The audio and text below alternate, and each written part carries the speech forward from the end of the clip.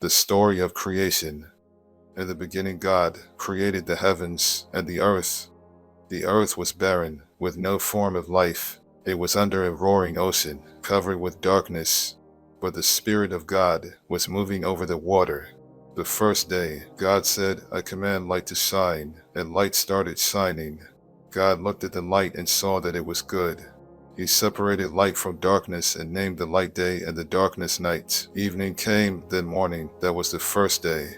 The second day, God said, "I command a dome to separate the water above it from the water below it." And that's what happened. God made the dome and named it sky. Evening came, then morning. That was the second day. The third day, God said, "I command the water under the sky to come together in one place, so there will be dry ground." And that's what happened. God named the dry ground land, and he named the water ocean. God looked at what he had done and saw that it was good. God said, "I command the earth to produce all kinds of plants, including fruit trees and grain." And that's what happened. The earth produced all kinds of vegetation. God looked at what he had done, and it was good. Evening came, then morning. That was the third day. The fourth day, God said, "I command lights to appear in the sky and to separate day from night, and to show the time for seasons, special days, and years. I command them to shine on the earth." And that's what happened. God made two powerful lights, the brighter one to rule the day, and the other to rule the night. He also made the stars. Then God put these lights in the sky to shine on the earth, to rule day and night, and to separate light from darkness. God looked at what he had done, and it was good. Evening came, then morning. That was the fourth day. The fifth day, God said, "I command the ocean to be full of living creatures, and I command birds to fly above the earth." So God made the giant sea monsters and all the living creatures that swim in the ocean. He also made every kind of bird. God looked at what he had done, and it was good. Then he gave the living creatures his blessing. He told the ocean creatures to increase and live everywhere in the ocean, and the birds to increase everywhere on earth. Evening came, then morning. That was the fifth day. The sixth day, God said, "I command the earth to give life to all kinds of tame animals, wild animals, and reptiles." And that's what happened. God made every one of them. Then he looked at what he had done, and it was good. God said, "Now we will make humans, and they will be like us. We will let them rule the fish, the birds, and all other living creatures."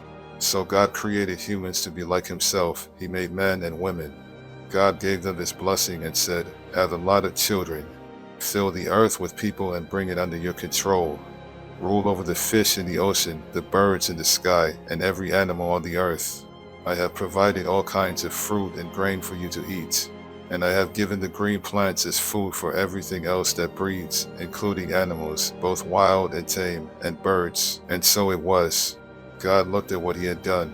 All of it was very good. Evening came, then morning. That was the sixth day. So the heavens and the earth and everything else were created.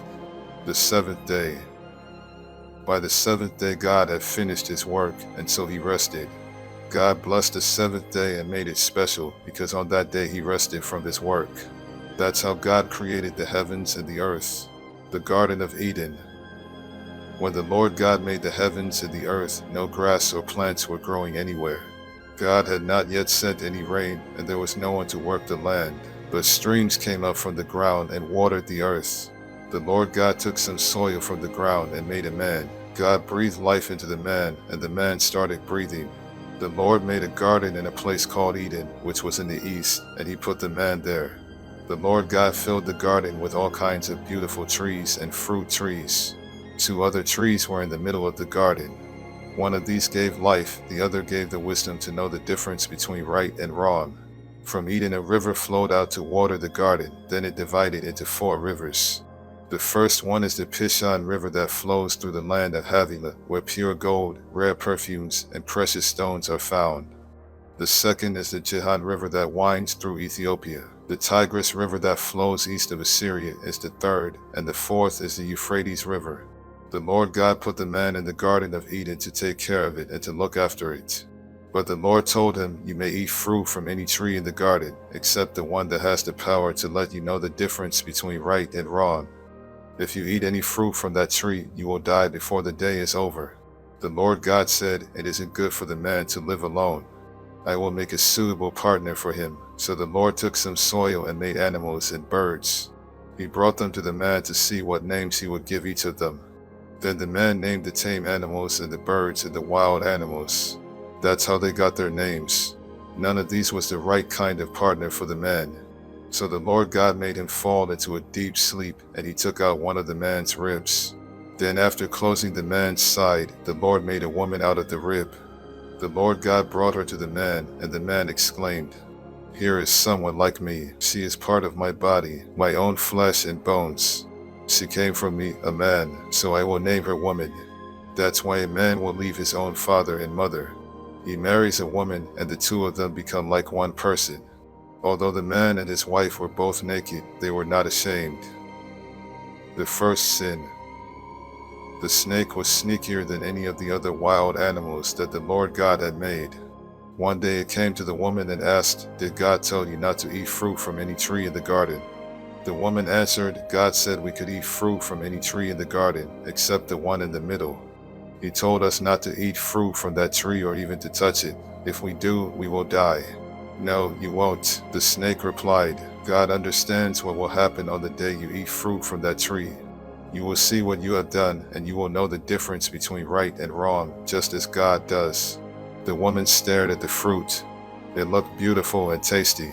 She wanted the wisdom that it would give her, and she ate some of the fruit. Her husband was there with her, so she gave some to him, and he ate it too. At once they saw what they had done, and they realized they were naked. Then they sewed fig leaves together to cover themselves. Late in the afternoon, when the breeze began to blow, the man and woman heard the Lord God walking in the garden. So they hid behind some trees. Sin brings a curse. The Lord God called out to the man and asked, "Where are you?" The man answered, "I was naked, and when I heard you walking through the garden, I was frightened and hid." "How did you know you were naked?" God asked. "Did you eat any fruit from that tree in the middle of the garden?" "It was the woman you put here with me," the man said. "She gave me some of the fruit, and I ate it." The Lord God then asked the woman, "What have you done?" "The snake tricked me," she answered, "and I ate some of that fruit." So the Lord God said to the snake, "Because of what you have done, you will be the only animal to suffer this curse. For as long as you live, you will crawl on your stomach and eat dirt. You and this woman will hate each other. Your descendants and hers will always be enemies. One of hers will strike you on the head, and you will strike him on the heel." Then the Lord God said to the woman, "You will suffer terribly when you give birth, but you will still desire your husband, and he will rule over you." The Lord said to the man, "You listened to your wife and ate the fruit I told you not to eat. And so the ground will be under a curse because of what you did. As long as you live, you will have to struggle to grow enough food. Your food will be plants, but the ground will produce thorns and thistles.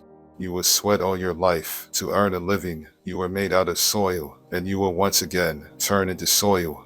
The man Adam named his wife Eve because she would become the mother of all who lives. Then the Lord God made clothes out of animal skins for the man and his wife. The Lord said, "They now know the difference between right and wrong, just as we do. But they must not be allowed to eat fruit from the tree that lets them live forever." So the Lord God sent them out of the Garden of Eden, where they would have to work the ground from which the man had been made. Then God put winged creatures at the entrance to the garden and a flaming, flashing sword to guard the way to the life-giving tree. Cain murders Abel. Adam and Eve had a son. Then Eve said, "I'll name him Cain because I got him with the help of the Lord." Later she had another son and named him Abel. Abel became a sheep farmer, but Cain farmed the land. One day Cain gave part of his harvest to the Lord, and Abel also gave an offering to the Lord. He killed the firstborn lamb from one of his sheep and gave the Lord the best parts of it. The Lord was pleased with Abel and his offering, but not with Cain and his offering. This made Cain so angry that he could not hide his feelings. The Lord said to Cain, "What's wrong with you? Why do you look so angry? If you had done the right thing, you would be smiling. But you did the wrong thing, and now sin is waiting to attack you like a lion. Sin wants to destroy you, but don't let it." Cain said to his brother Abel, "Let's go for a walk." And when they were out in the field, Cain attacked and killed him. Afterwards the Lord asked Cain, "Where is Abel?" "How should I know?" He answered, "Am I supposed to look after my brother?" Then the Lord said, "Why have you done this terrible thing? You killed your own brother, and his blood flowed onto the ground. Now his blood is calling out for me to punish you. And so I'll put you under a curse. Because you killed Abel and made his blood run out on the ground, you will never be able to farm it again. When you try to farm the land, it won't produce anything for you. From now on, you'll be without a home, and you'll spend the rest of your life wandering from place to place.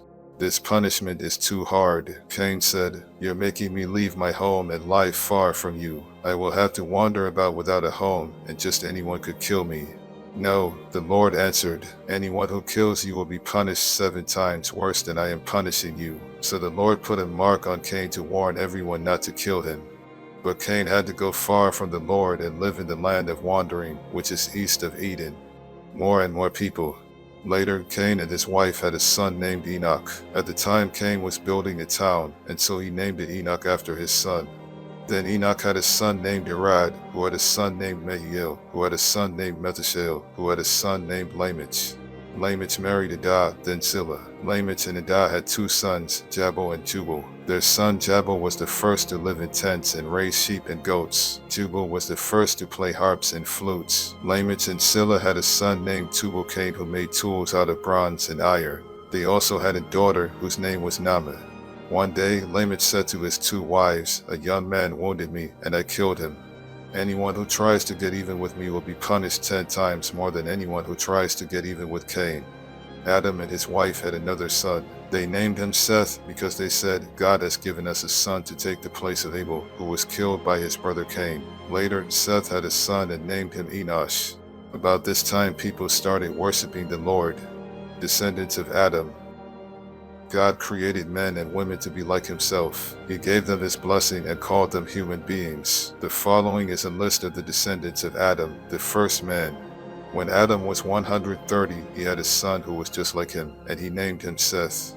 Adam had more children and died at the age of 930. When Seth was 105, he had a son named Enosh. Seth had more children and died at the age of 912. When Enosh was 90, he had a son named Kenan. Enosh had more children and died at the age of 905. When Kenan was 70, he had a son named Mahalalel. Kenan had more children and died at the age of 910. When Mahalalel was 65, he had a son named Gerard. Mahalalel had more children and died at the age of 895. When Gerard was 162, he had a son named Enoch. Gerard had more children and died at the age of 962. When Enoch was 65, he had a son named Methuselah, and during the next 300 years he had more children. Enoch truly loved God, and God took him away at the age of 365. When Methuselah was 187, he had a son named Lamech. Methuselah had more children and died at the age of 969. When Lamech was 182, he had a son. Lamech said, "I'll name him Noah because he will give us comfort, as we struggle hard to make a living on this land that the Lord has put under a curse." Lamech had more children and died at the age of 777. After Noah was 500 years old, he had 3 sons and named them Shem, Ham, and Japheth. The Lord will send a flood. More and more people were born, until finally they spread all over the earth. Some of their daughters were so beautiful that supernatural beings came down and married the ones they wanted. Then the Lord said, "I won't let my life-giving breath remain in anyone forever. No one will live for more than 120 years. The children of the supernatural beings who had married these women became famous heroes and warriors. They were called Nephilim and lived on the earth at that time and even later. The Lord saw how bad the people on earth were and that everything they thought and planned was evil.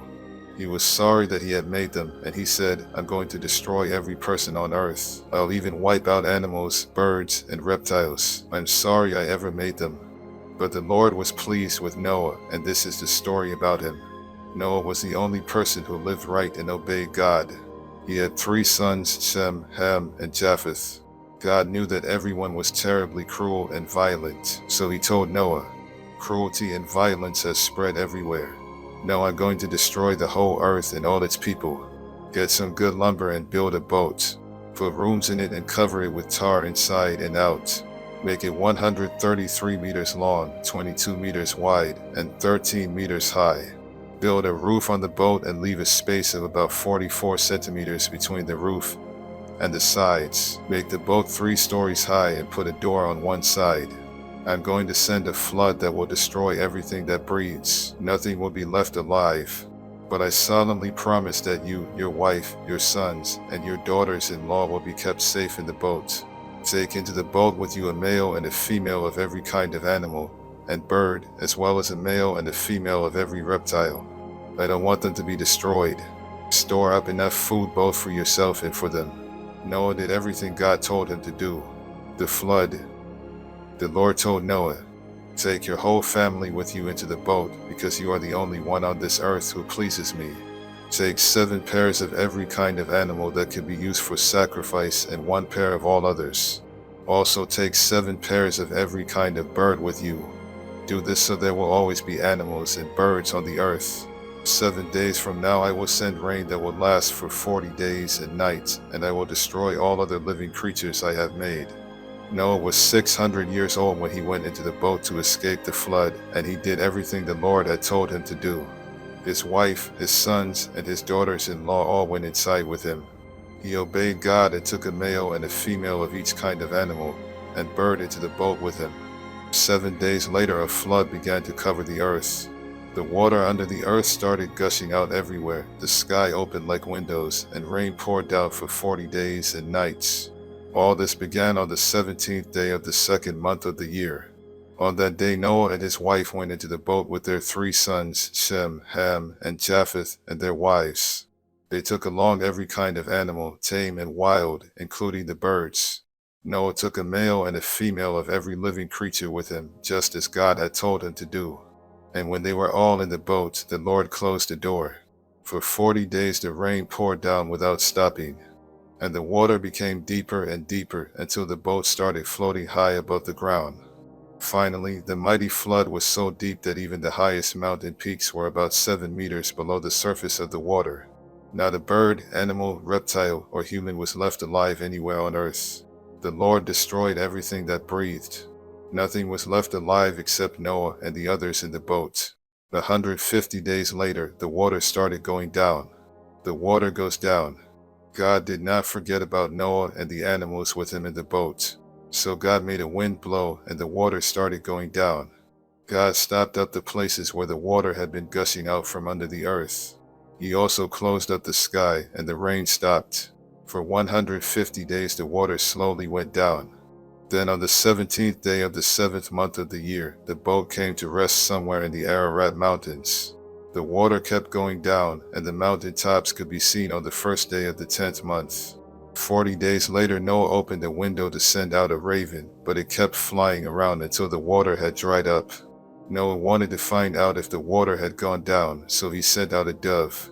Deep water was still everywhere, and when the dove could not find a place to land, it flew back to the boat. Then Noah held out his hand and helped it back in. 7 days later Noah sent the dove out again. It returned in the evening, holding in its beak a green leaf from an olive tree. Noah knew the water was finally going down. He waited 7 more days before sending the dove out again, and this time it did not return. Noah was now 601 years old, and by the 1st day of that year, almost all the water had gone away. Noah made an opening in the roof of the boat and saw that the ground was getting dry. By the 27th day of the 2nd month, the earth was completely dry. God said to Noah, you, your wife, your sons, and your daughters-in-law may now leave the boat. Let out the birds, animals, and reptiles so they can mate and live all over the earth. After Noah and his family had left the boat, the living creatures left in groups of their own kind. The Lord's promise for the earth. Noah built an altar where he could offer sacrifices to the Lord. Then he offered on the altar one of each kind of animal and bird that could be used for a sacrifice. The smell of the burning offering pleased the Lord, and he said, "Never again will I punish the earth for the sinful things its people do. All of them have evil thoughts from the time they are young, but I will never destroy everything that breathes, as I did this time." God's promise to Noah. God said to Noah and his sons, "I am giving you my blessing. Have a lot of children and grandchildren, so people will live everywhere on this earth. All animals, birds, reptiles, and fish will be afraid of you. I have placed them under your control, and I have given them to you for food. From now on, you may eat them, as well as the green plants that you have always eaten. But life is in the blood, and you must not eat any meat that still has blood in it. I created humans to be like me, and I will punish any animal or person that takes a human life. If an animal kills someone, that animal must die, and if a person takes the life of another, that person must be put to death. I want you and your descendants to have many children, so people will live everywhere on earth. Again, God said to Noah and his sons, I am going to make a solemn promise to you and to everyone who will live after you. This includes the birds and the animals that came out of the boat. I promise every living creature that the earth and those living on it will never again be destroyed by a flood. The rainbow that I have put in the sky will be my sign to you and to every living creature on earth. It will remind you that I will keep this promise forever. When I send clouds over the earth and a rainbow appears in the sky, I will remember my promise to you and to all other living creatures. Never again will I let floodwaters destroy all life. When I see the rainbow in the sky, I will always remember the promise that I have made to every living creature. The rainbow will be the sign of that solemn promise. Noah and his family. Noah and his sons Shem, Ham, and Japheth left the boat. Ham later had a son named Canaan. All people on earth are descendants of Noah's 3 sons. Noah farmed the land and was the first to plant a vineyard. One day he got drunk and was lying naked in his tent. Ham entered the tent and saw him naked, then went back outside and told his brothers. Shem and Japheth put a robe over their shoulders and walked backwards into the tent. Without looking at their father, they placed it over his body.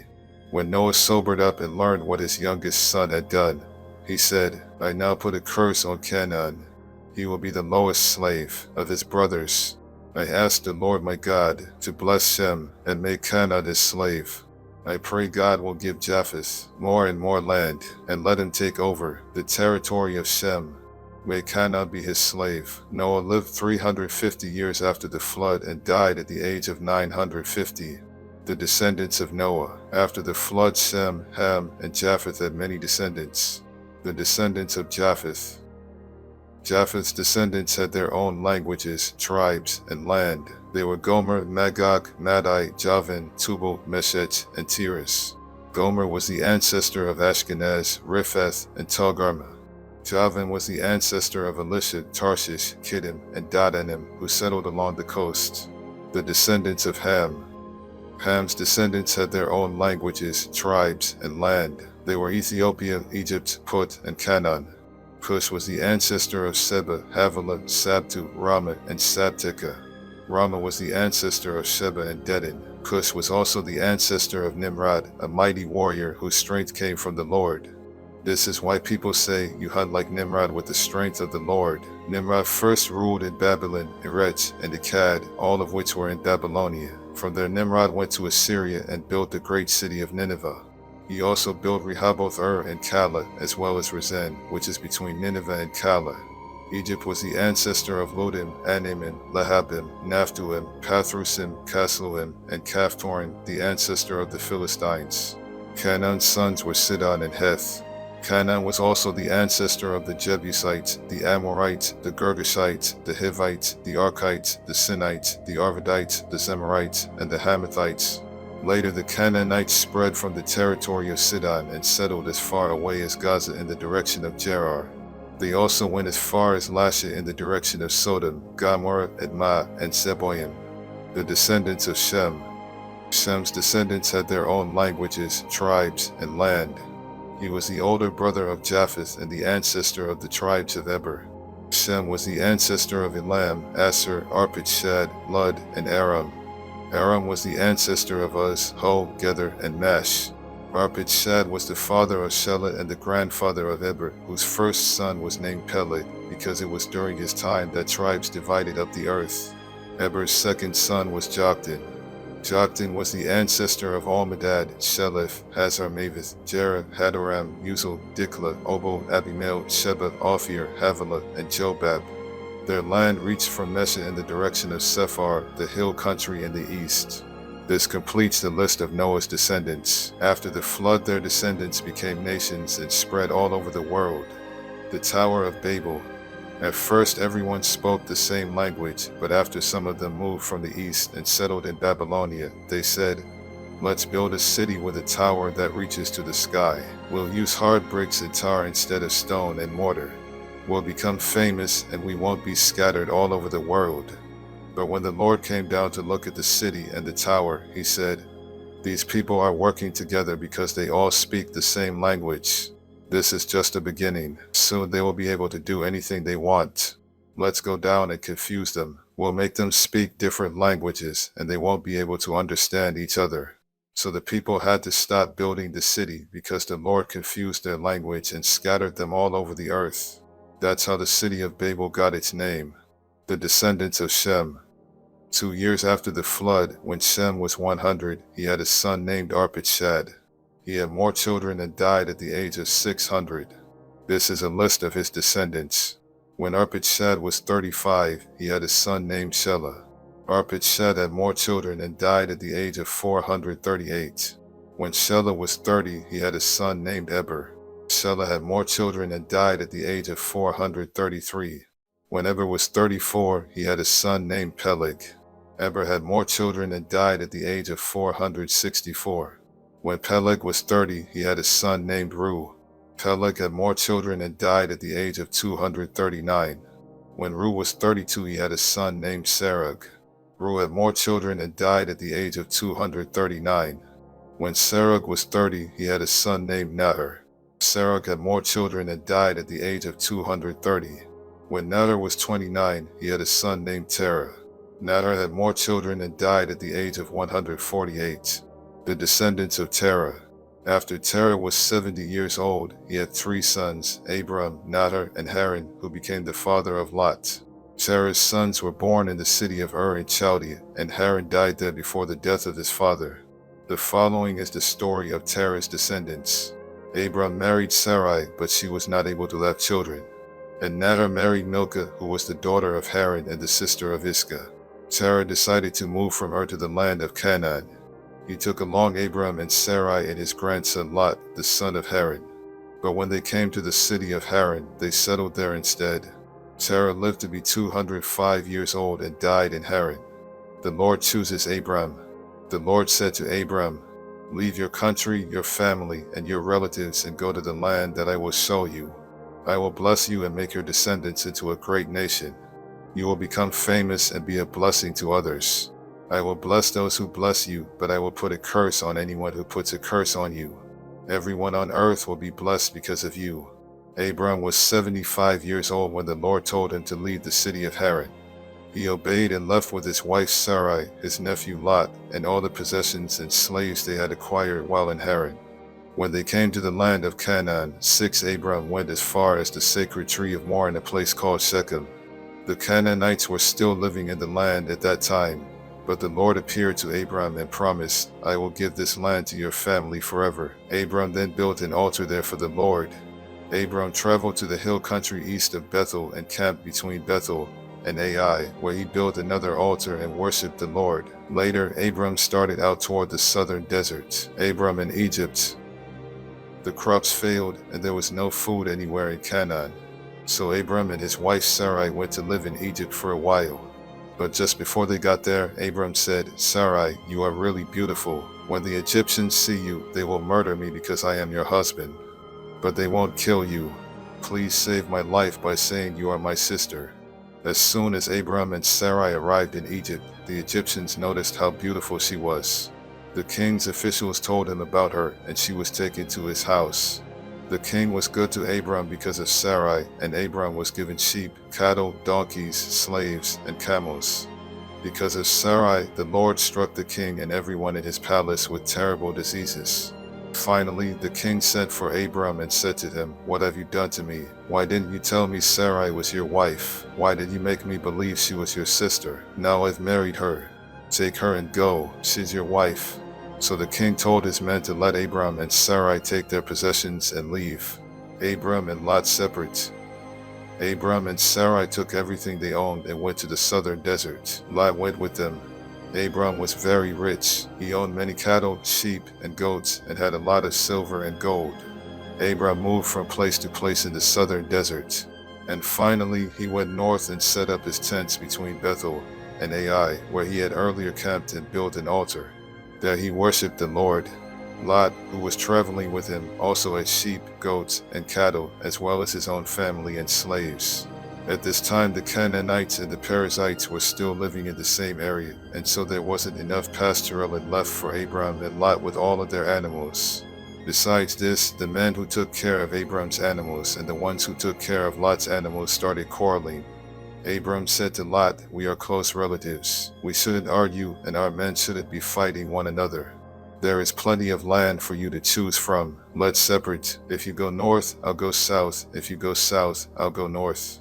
This happened before the Lord had destroyed the cities of Sodom and Gomorrah. And when Lot looked around, he saw there was plenty of water in the Jordan Valley. All the way to Zoar the valley was as green as the garden of the Lord or the land of Egypt. So Lot chose the whole Jordan Valley for himself, and as he started out toward the east, he and Abram separated. Abram stayed in the land of Canaan. But Lot settled near the cities of the valley and put up his tents not far from Sodom, where the people were evil and sinned terribly against the Lord. Abram moves to Hebron. After Abram and Lot had gone their separate ways, the Lord said to Abram, "Look around to the north, south, east, and west. I will give you and your family all the land you can see. It will be theirs forever. I will give you more descendants than there are specks of dust on the earth, and someday it will be easier to count those specks of dust than to count your descendants. Now walk back and forth across the land, because I am going to give it to you." Abram took down his tents and went to live near the sacred trees of Mamre at Hebron, where he built an altar in honor of the Lord. Abram rescues Lot. About this time, King Amraphel of Babylonia, King Arioch of Elasar, King Chedorlaomer of Elam, and King Tidal of Goyim attacked King Bera of Sodom, King Bersha of Gomorrah, King Shinab of Admah, King Shemeber of Zeboim, and the king of Bela, a city also known as Zoar.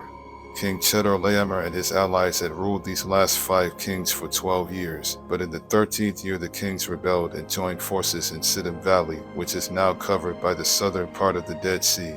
A year later, King Chedorlaomer and his allies attacked and defeated the Rephates in Ashtaroth Karnaim, the Suzites in Ham, and the Amites in Shaveh Kiriathaim.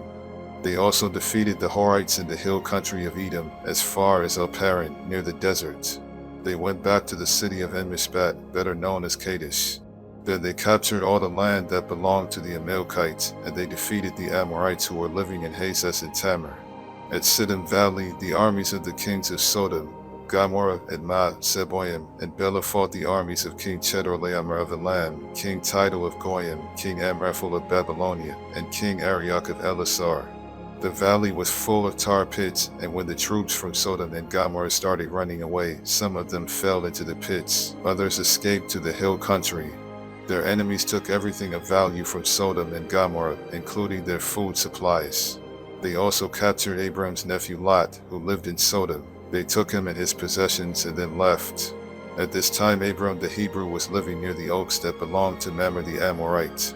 Mamre and his brothers Eshcol and Aner were Abram's friends. Someone who had escaped from the battle told Abram that his nephew Lot had been taken away. 318 of Abram's servants were fighting men, so he took them and followed the enemy as far north as the city of Dan.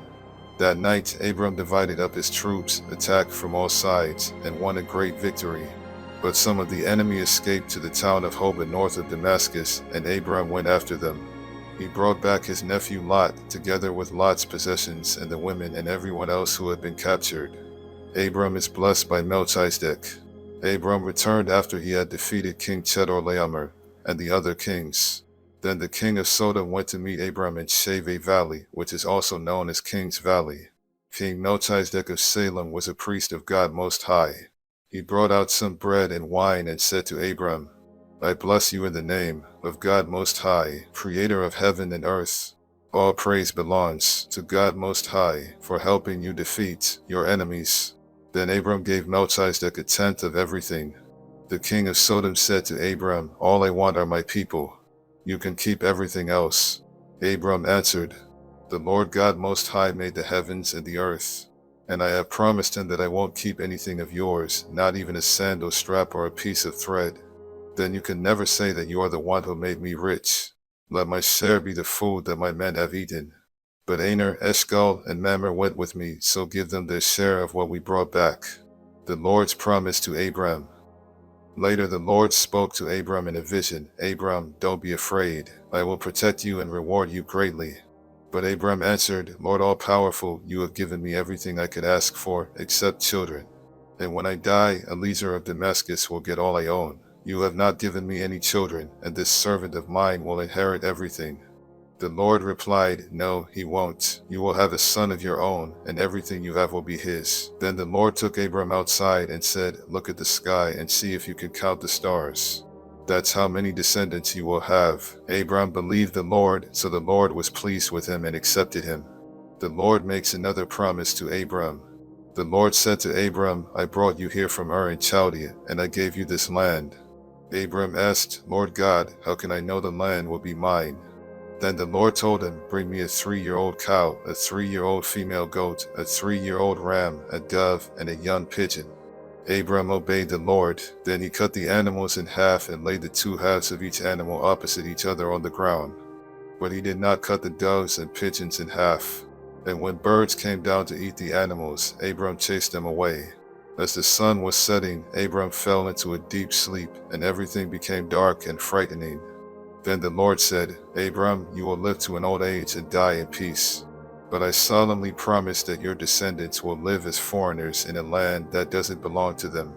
They will be forced into slavery and abused for 400 years. But I will terribly punish the nation that enslaves them, and they will leave with many possessions. 4 generations later, your descendants will return here and take this land, because only then will the people who live here be so sinful that they deserve to be punished. Sometime after sunset, when it was very dark, a smoking cooking pot and a flaming fire passed between the 2 halves of each animal. At that time the Lord made an agreement with Abram and told him, I will give your descendants the land east of the Shihor River on the border of Egypt as far as the Euphrates River. They will possess the land of the Kenites, the Kenizzites, the Cadmonites, the Hittites, the Perizzites, the Rephaites, the Amorites, the Canaanites, the Girgashites, and the Jebusites, Hagar and Ishmael. Abram's wife Sarai had not been able to have any children, but she owned a young Egyptian slave woman named Hagar, and Sarai said to Abram, The Lord has not given me any children. Sleep with my slave, and if she has a child, it will be mine. Abram agreed, and Sarai gave him Hagar to be his wife. This happened after Abram had lived in the land of Canaan for 10 years. Later, when Hagar knew she was going to have a baby, she became proud and treated Sarai hatefully. Then Sarai said to Abram, It's all your fault. I gave you my slave woman, but she has been hateful to me ever since she found out she was pregnant. You have done me wrong, and you will have to answer to the Lord for this. Abram said, All right, she's your slave, do whatever you want with her. Then Sarai began treating Hagar so harshly that she finally ran away. Hagar stopped to rest at a spring in the desert on the road to Shur. While she was there, the angel of the Lord came to her and asked, Hagar, where have you come from, and where are you going? She answered, I'm running away from Sarai, my owner. The angel said, Go back to Sarai and be her slave. I will give you a son who will be called Ishmael, because I have heard your cry for help. And someday I will give you so many descendants that no one will be able to count them all. But your son will live far from his relatives. He will be like a wild donkey, fighting everyone, and everyone fighting him. Hagar thought, Have I really seen God and lived to tell about it? So from then on she called him, the God who sees me. That's why people call the well between Kadesh and Bird, the well of the living one who sees me. Abram was 86 years old when Hagar gave birth to their son, and he named him Ishmael. God's promise to Abraham. When Abram was 99 years old, the Lord appeared to him again and said, I am God all-powerful. If you obey me and always do right, I will keep my solemn promise to you and give you more descendants than can be counted. Abram bowed with his face to the ground, and God said, I promise that you will be the father of many nations. So now I'm changing your name from Abram to Abraham. I will give you a lot of descendants, and they will become great nations. Some of them will even be kings. I will always keep the promise I have made to you and your descendants, because I am your God and their God. I will give you and them the land in which you are now a foreigner. I will give the whole land of Canaan to your family forever, and I will be their God.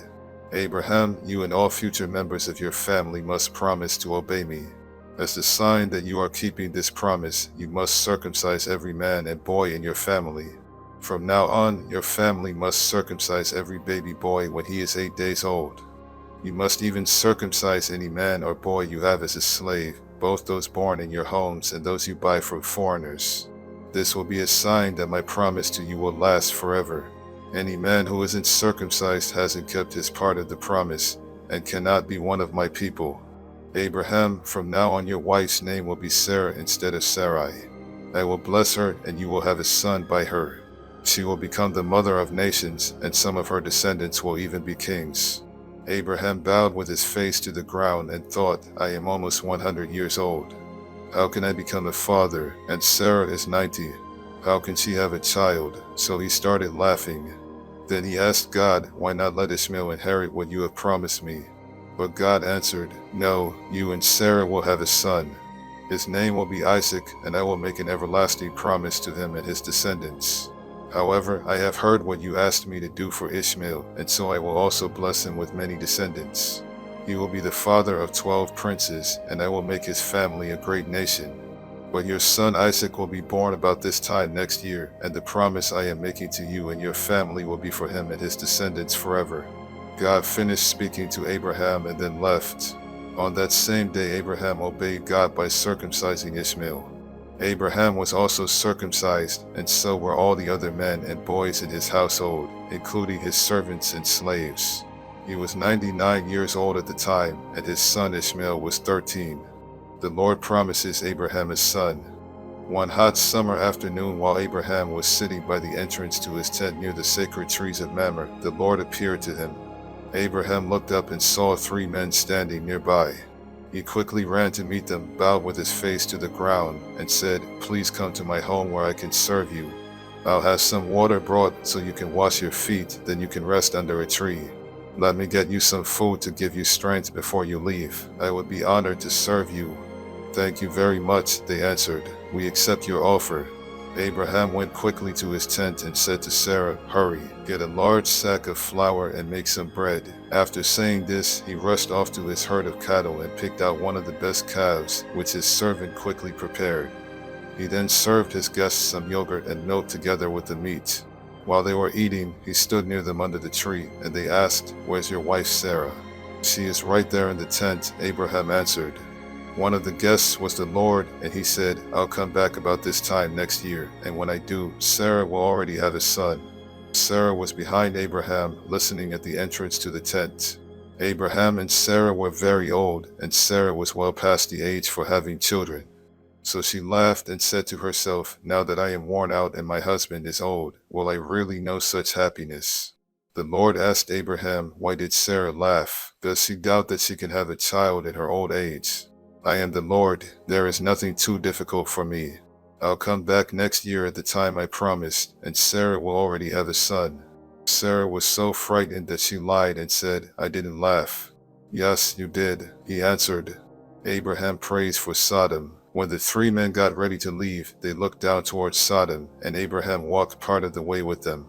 The Lord said to himself, I should tell Abraham what I am going to do, since his family will become a great and powerful nation that will be a blessing to all the other nations on earth. I have chosen him to teach his family to obey me forever, and to do what is right and fair. If they do, I will give Abraham many descendants, just as I promised.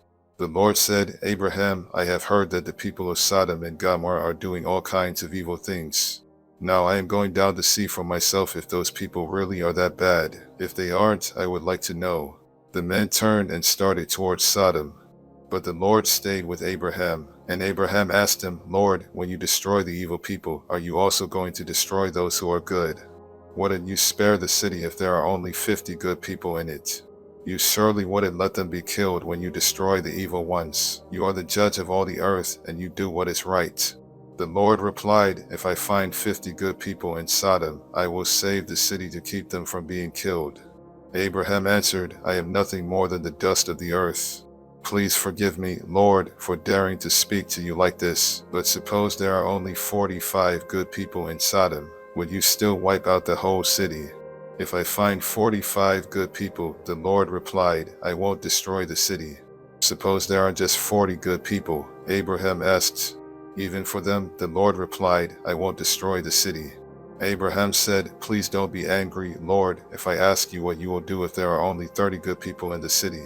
If I find 30, the Lord replied, I still won't destroy it. Then Abraham said, I don't have any right to ask you, Lord, but what would you do if you find only 20? Because of them, I won't destroy the city, was the Lord's answer. Finally, Abraham said, Please don't get angry, Lord, if I speak just once more. Suppose you find only 10 good people there. For the sake of 10 good people, the Lord told him, I still won't destroy the city. After speaking with Abraham, the Lord left, and Abraham went back home, the evil city of Sodom. That evening, while Lot was sitting near the city gate, the two angels arrived in Sodom. When Lot saw them, he got up, bowed down low, and said, Gentlemen, I am your servant. Please come to my home. You can wash your feet, spend the night, and be on your way in the morning. They told him, No, we'll spend the night in the city square. But Lot kept insisting until they finally agreed and went home with him. He quickly baked some bread, cooked a meal, and they ate. Before Lot and his guests could go to bed, every man in Sodom, young and old, came and stood outside his house and started shouting, Where are your visitors? Send them out so we can have sex with them. Lot went outside and shut the door behind him. Then he said, Friends, please don't do such a terrible thing. I have 2 daughters who have never had sex. I'll bring them out and you can do what you want with them. But don't harm these men. They are guests in my home. Don't get in our way, the crowd answered. You're a foreigner. What right do you have to order us around? We'll do worse things to you than we're going to do to them. The crowd kept arguing with Lot. Finally, they rushed toward the door to break it down. But the 2 angels in the house reached out and pulled Lot safely inside. Then they struck blind everyone in the crowd, and none of them could even find the door. The 2 angels said to Lot, The Lord has heard many terrible things about the people of Sodom, and he has sent us here to destroy the city. Take your family and leave. Take every relative you have in the city, as well as the men your daughters are going to marry. Lot went to the men who were engaged to his daughters and said, Hurry up and get out of here. The Lord is going to destroy this city. But they thought he was joking, and they laughed at him. Early the next morning, the 2 angels tried to make Lot hurry and leave. They said, Take your wife and your 2 daughters and get away from here as fast as you can. If you don't, every one of you will be killed when the Lord destroys the city. At first, Lot just stood there, but the Lord wanted to save him. So the angels took Lot, his wife, and his 2 daughters by the hand and led them out of the city. When they were outside, one of the angels said, Run for your lives. Don't even look back. And don't stop in the valley. Run to the hills where you'll be safe. Lot answered, You have done us a great favor, sir. You have saved our lives, but please don't make us go to the hills. That's too far away. The city will be destroyed before we can get there, and we will be killed when it happens. There's a town near here. It's only a small place, but my family and I will be safe if you let us go there. All right, go there, he answered. I won't destroy that town. Hurry, run. I can't do anything until you are safely there. The town was later called Sor because Lot had said it was small. Sodom and Gomorrah are destroyed. The sun was coming up as Lot reached the town of Sor, and the Lord sent burning sulfur down like rain on Sodom and Gomorrah. He destroyed those cities and everyone who lived in them, as well as their land and the trees and grass that grew there. On the way, Lot's wife looked back and was turned into a block of salt. That same morning, Abraham got up and went to the place where he had stood and spoken with the Lord. He looked down towards Sodom and Gomorrah and saw smoke rising from all over the land. It was like a flaming furnace. When God destroyed the cities of the valley where Lot lived, he remembered his promise to Abraham and saved Lot from the terrible destruction. Moab and Ammon, Lot was afraid to stay on in Sor. So he took his 2 daughters and moved to a cave in the hill country. One day his older daughter said to her sister, Our father is old, and there are no men anywhere for us to marry. Let's get our father drunk, then we can sleep with him and have children. That night they got their father drunk, and the older daughter got in bed with him, but he was too drunk even to know she was there. The next day the older daughter said to her sister, I slept with my father last night. We'll get him drunk again tonight, so you can sleep with him, and we can each have a child. That night they got their father drunk, and this time the younger sister slept with him. But once again he was too drunk even to know she was there. That's how Lot's 2 daughters had children. The older daughter named her son Moab, and he is the ancestor of the Moabites. The younger daughter named her son Ben-ammi, and he is the ancestor of the Ammonites. Abraham and Sarah at Gerard. Abraham moved to the southern desert, where he settled between Kadesh and Shur. Later he went to Gerard, and while there he told everyone that his wife Sarah was his sister. So King Abimelech of Gerard had Sarah brought to him. But God came to Abimelech in a dream and said, "You have taken a married woman into your home, and for this you will die." Abimelech said to the Lord, "Don't kill me. I haven't slept with Sarah. Didn't they say they were brother and sister? I am completely innocent." Then God continued, "I know you are innocent. That's why I kept you from sleeping with Sarah and doing anything wrong. Her husband is a prophet. Let her go back to him, and his prayers will save you from death. But if you don't return her, you and all your people will die." Early the next morning, Abimelech sent for his officials, and when he told them what had happened, they were frightened. Abimelech then called in Abraham and said, "Look what you've done to us. What have I ever done to you? Why did you make me and my nation guilty of such a terrible sin? What were you thinking when you did this?" Abraham answered, "I did it because I didn't think any of you respected God, and I was sure that someone would kill me to get my wife. Besides, she is my half-sister. We have the same father, but different mothers. When God made us leave my father's home and start wandering, I told her, 'If you really love me, then tell everyone that I am your brother.'" After Abimelech had given Abraham some sheep, cattle, and slaves, he sent Sarah back and told Abraham he could settle anywhere in his country. Then he said to Sarah, "I have given your brother 1,000 pieces of silver as proof to everyone that you have done nothing wrong." Meanwhile, God had kept Abimelech's wife and slaves from having children. But Abraham prayed, and God let them start having children again. Sarah has a son. The Lord was good to Sarah and kept his promise. Although Abraham was very old, Sarah had a son exactly at the time God had said. Abraham named his son Isaac, and when the boy was 8 days old, Abraham circumcised him, just as God had commanded. Abraham was 100 years old when Isaac was born, and Sarah said, "God has made me laugh, and now everyone will laugh with me." Who would have dared to tell Abraham that someday I would have a child? But in his old age I have given him a son. The time came when Sarah no longer had to nurse Isaac, and on that day Abraham gave a big feast. Hagar and Ishmael are sent away. One day, Sarah noticed Hagar's son Ishmael playing, and she said to Abraham, "Get rid of that Egyptian slave woman and her son. I don't want him to inherit anything. It should all go to my son." Abraham was worried about Ishmael. But God said, "Abraham, don't worry about your slave woman and the boy. Just do what Sarah tells you. Isaac will inherit your family name, but the son of the slave woman is also your son, and I will make his descendants into a great nation." Early the next morning, Abraham gave Hagar an animal skin full of water and some bread. Then he put the boy on her shoulder and sent them away. They wandered around in the desert near Beersheba, and after they had run out of water, Hagar put her son under a bush. Then she sat down a long way off because she could not bear to watch him die, and she cried bitterly. When God heard the boy crying, the angel of God called out to Hagar from heaven and said, "Hagar, why are you worried? Don't be afraid. I have heard your son crying. Help him up and hold his hand, because I will make him the father of a great nation." Then God let her see a well. So she went to the well and filled the skin with water, then gave some to her son. God blessed Ishmael, and as the boy grew older, he became an expert at hunting with his bow and arrows. He lived in the Paran desert, and his mother chose an Egyptian woman for him to marry. A peace treaty. About this time, Abimelech and his army commander Phicol said to Abraham, "God blesses everything you do. Now I want you to promise in the name of God that you will always be loyal to me and my descendants, just as I have always been loyal to you in this land where you have lived as a foreigner." And so Abraham promised he would. One day Abraham told Abimelech, "Some of your servants have taken over one of my wells." "This is the first I've heard about it," Abimelech replied. "Why haven't you said something before?" "I don't have any idea who did it." Abraham gave Abimelech some sheep and cattle. Then the two men made a peace treaty. Abraham separated 7 female lambs from his flock of sheep, and Abimelech asked, "Why have you done this?" Abraham replied, "I want you to accept these 7 lambs as proof that I dug this well." So they called the place Beersheba because they made a treaty there. When the treaty was completed, Abimelech and his army commander Phicol went back to the land of the Philistines. Abraham planted a tamarisk tree in Beersheba and worshipped the eternal Lord God.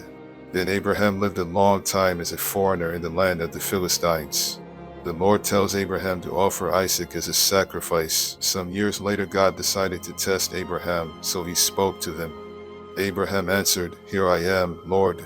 The Lord said, Go get Isaac, your only son, the one you dearly love. Take him to the land of Moriah, and I will show you a mountain where you must sacrifice him to me on the fires of an altar. So Abraham got up early the next morning and chopped wood for the fire. He put a saddle on his donkey and set out with Isaac and 2 servants for the place where God had told him to go. 3 days later, Abraham looked off in the distance and saw the place. He told his servants, Stay here with the donkey while my son and I go over there to worship. We will come back. Abraham put the wood on Isaac's shoulder, but he carried the hot coals and the knife. As the 2 of them walked along, Isaac said, Father, we have the coals and the wood, but where is the lamb for the sacrifice? My son, Abraham answered, God will provide the lamb. The 2 of them walked on, and when they reached the place that God had told him about, Abraham built an altar and placed the wood on it. Next, he tied up his son and put him on the wood. He then took the knife and got ready to kill his son. But the Lord's angel shouted from heaven, Abraham, Abraham, here I am. He answered, Don't hurt the boy or harm him in any way. The angel said, Now I know that you truly obey God, because you were willing to offer him your only son. Abraham looked up and saw a ram caught by its horns in the bushes. So he took the ram and sacrificed it instead of his son. Abraham named that place the Lord will provide. And even now people say, On the mountain of the Lord it will be provided. The Lord's angel called out from heaven a second time, You are willing to offer your only son to the Lord, and so he makes you this solemn promise, I will bless you and give you such a large family, that someday your descendants will be more numerous than the stars in the sky or the grains of sand along the seashore. They will defeat their enemies and take over the cities where their enemies live. You have obeyed me, and so you and your descendants will be a blessing to all nations on earth. Abraham and Isaac went back to the servants who had come with him, and they returned to Abraham's home in Beersheba. The children of Nahor. Abraham's brother Nahor had married Milcah, and Abraham was later told that they had 8 sons. Uz was their firstborn, Buz was next, and then there was Kemuel the father of Aram. Their other 5 sons were Cheez, Hazel, Pildash, Jidlaph, and Bethuel the father of Rebekah. Nahor also had another wife. Her name was Reumah, and she had 4 sons, Tebah, Gaham, Tahash, and Makkah. Sarah's death and burial. When Sarah was 127 years old, she died in Kiriath Arba, better known as Hebron, in the land of Canaan. After Abraham had mourned for her, he went to the Hittites and said, I live as a foreigner in your land, and I don't own any property where I can bury my wife. Please let me buy a piece of land. Sir, they answered, you are an important man. Choose the best place to bury your wife. None of us will refuse you a resting place for your dead. Abraham bowed down and replied, If you are willing to let me bury my wife here, please ask Zohar's son Ephron to sell me Machpelah cave at the end of his field. I'll pay what it's worth, and all of you can be witnesses. Ephron was sitting there near the city gate when Abraham made this request, and he answered, Sir, the whole field, including the cave, is yours. With my own people as witnesses, I freely give it to you as a burial place for your dead. Once again, Abraham bowed down and said to Ephron, In front of these witnesses, I offer you the full price so I can bury my wife. Please accept my offer. But sir, the man replied, the property is worth only 400 pieces of silver. Why should we haggle over such a small amount? Take the land, it's yours. Abraham accepted Ephron's offer and paid him the 400 pieces of silver in front of everyone at the city gate. That's how Abraham came to own Ephron's property east of Mamre, which included the field with all of its trees, as well as Machpelah cave at the end of the field. So Abraham buried his wife Sarah in Machpelah cave that was in the field he had bought from the Hittites.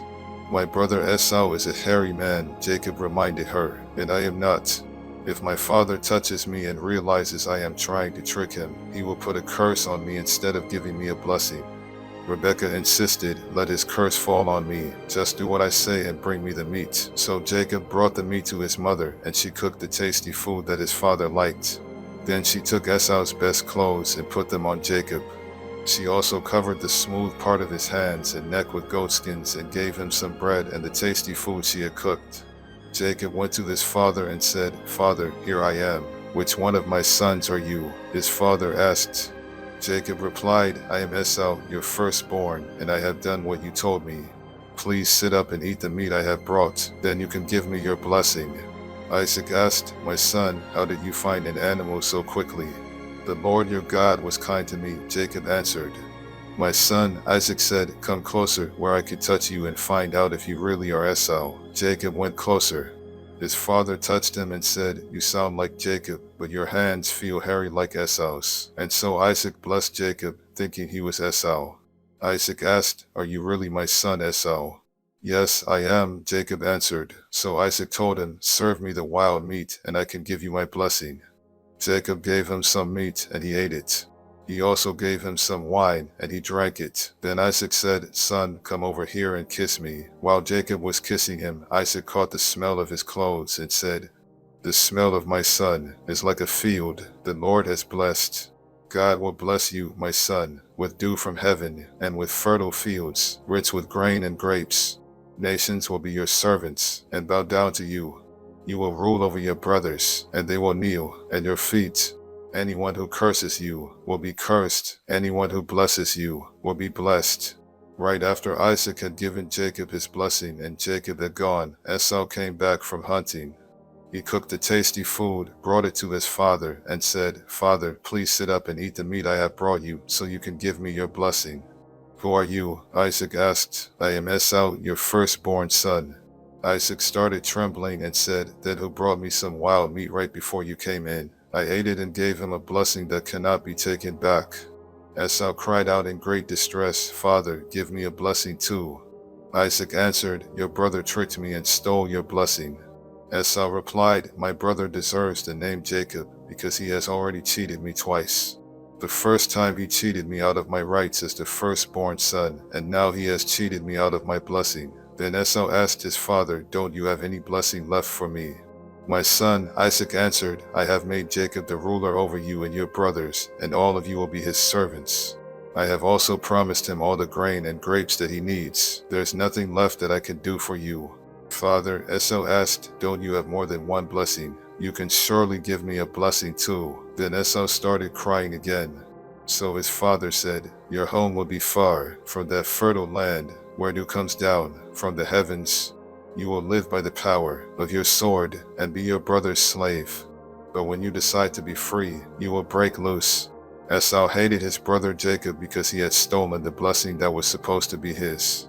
So he said to himself, "Just as soon as my father dies, I'll kill Jacob." When Rebekah found out what Esau planned to do, she sent for Jacob and told him, "Son, your brother Esau is just waiting for a chance to kill you. Now listen carefully and do what I say. Go to the home of my brother Laban in Haran and stay with him for a while. When Esau stops being angry and forgets what you have done to him, I'll send for you to come home. Why should I lose both of my sons on the same day?" Rebekah later told Isaac, "Those Hittite wives of Esau are making my life miserable. If Jacob marries a Hittite woman, I'd be better off dead." Isaac's instructions to Jacob. Isaac called in Jacob, then gave him a blessing, and said, "Don't marry any of those Canaanite women. Go at once to your mother's father Bethel in northern Syria, and choose a wife for one of the daughters of Laban, your mother's brother. I pray that God all-powerful will bless you with many descendants and let you become a great nation. May he bless you with the land he promised Abraham, so that you will take over this land where we now live as foreigners." Isaac then sent Jacob to stay with Rebekah's brother Laban, the son of Bethuel the Aramean. Esau marries the daughter of Ishmael. Esau found out that his father Isaac had blessed Jacob and had warned him not to marry any of the Canaanite women. He also learned that Jacob had been sent to find a wife in northern Syria, and that he had obeyed his father and mother. Esau already had several wives, but he now realized how much his father hated the Canaanite women. So he married Ishmael's daughter Mahalath, who was the sister of Nebaioth, and the granddaughter of Abraham. Jacob's dream at Bethel. Jacob left the town of Beersheba and started out for Haran. At sunset he stopped for the night and went to sleep, resting his head on a large rock. In a dream he saw a ladder that reached from earth to heaven, and God's angels were going up and down on it. The Lord was standing beside the ladder and said, "I am the Lord God who was worshipped by Abraham and Isaac. I will give to you and your family the land on which you are now sleeping. Your descendants will spread over the earth in all directions and will become as numerous as the specks of dust. Your family will be a blessing to all people. Wherever you go, I will watch over you. Then later I will bring you back to this land. I won't leave you. I will do all I have promised." Jacob woke up suddenly and thought, the Lord is in this place, and I didn't even know it. Then Jacob became frightened and said, what a frightening place. It must be the house of God and the gateway to heaven. When Jacob got up early the next morning, he took the rock that he had used for a pillow and stood it up as a place of worship. Then he poured olive oil on the rock to dedicate it to God, and he named the place Bethel. Before that it had been named Luz.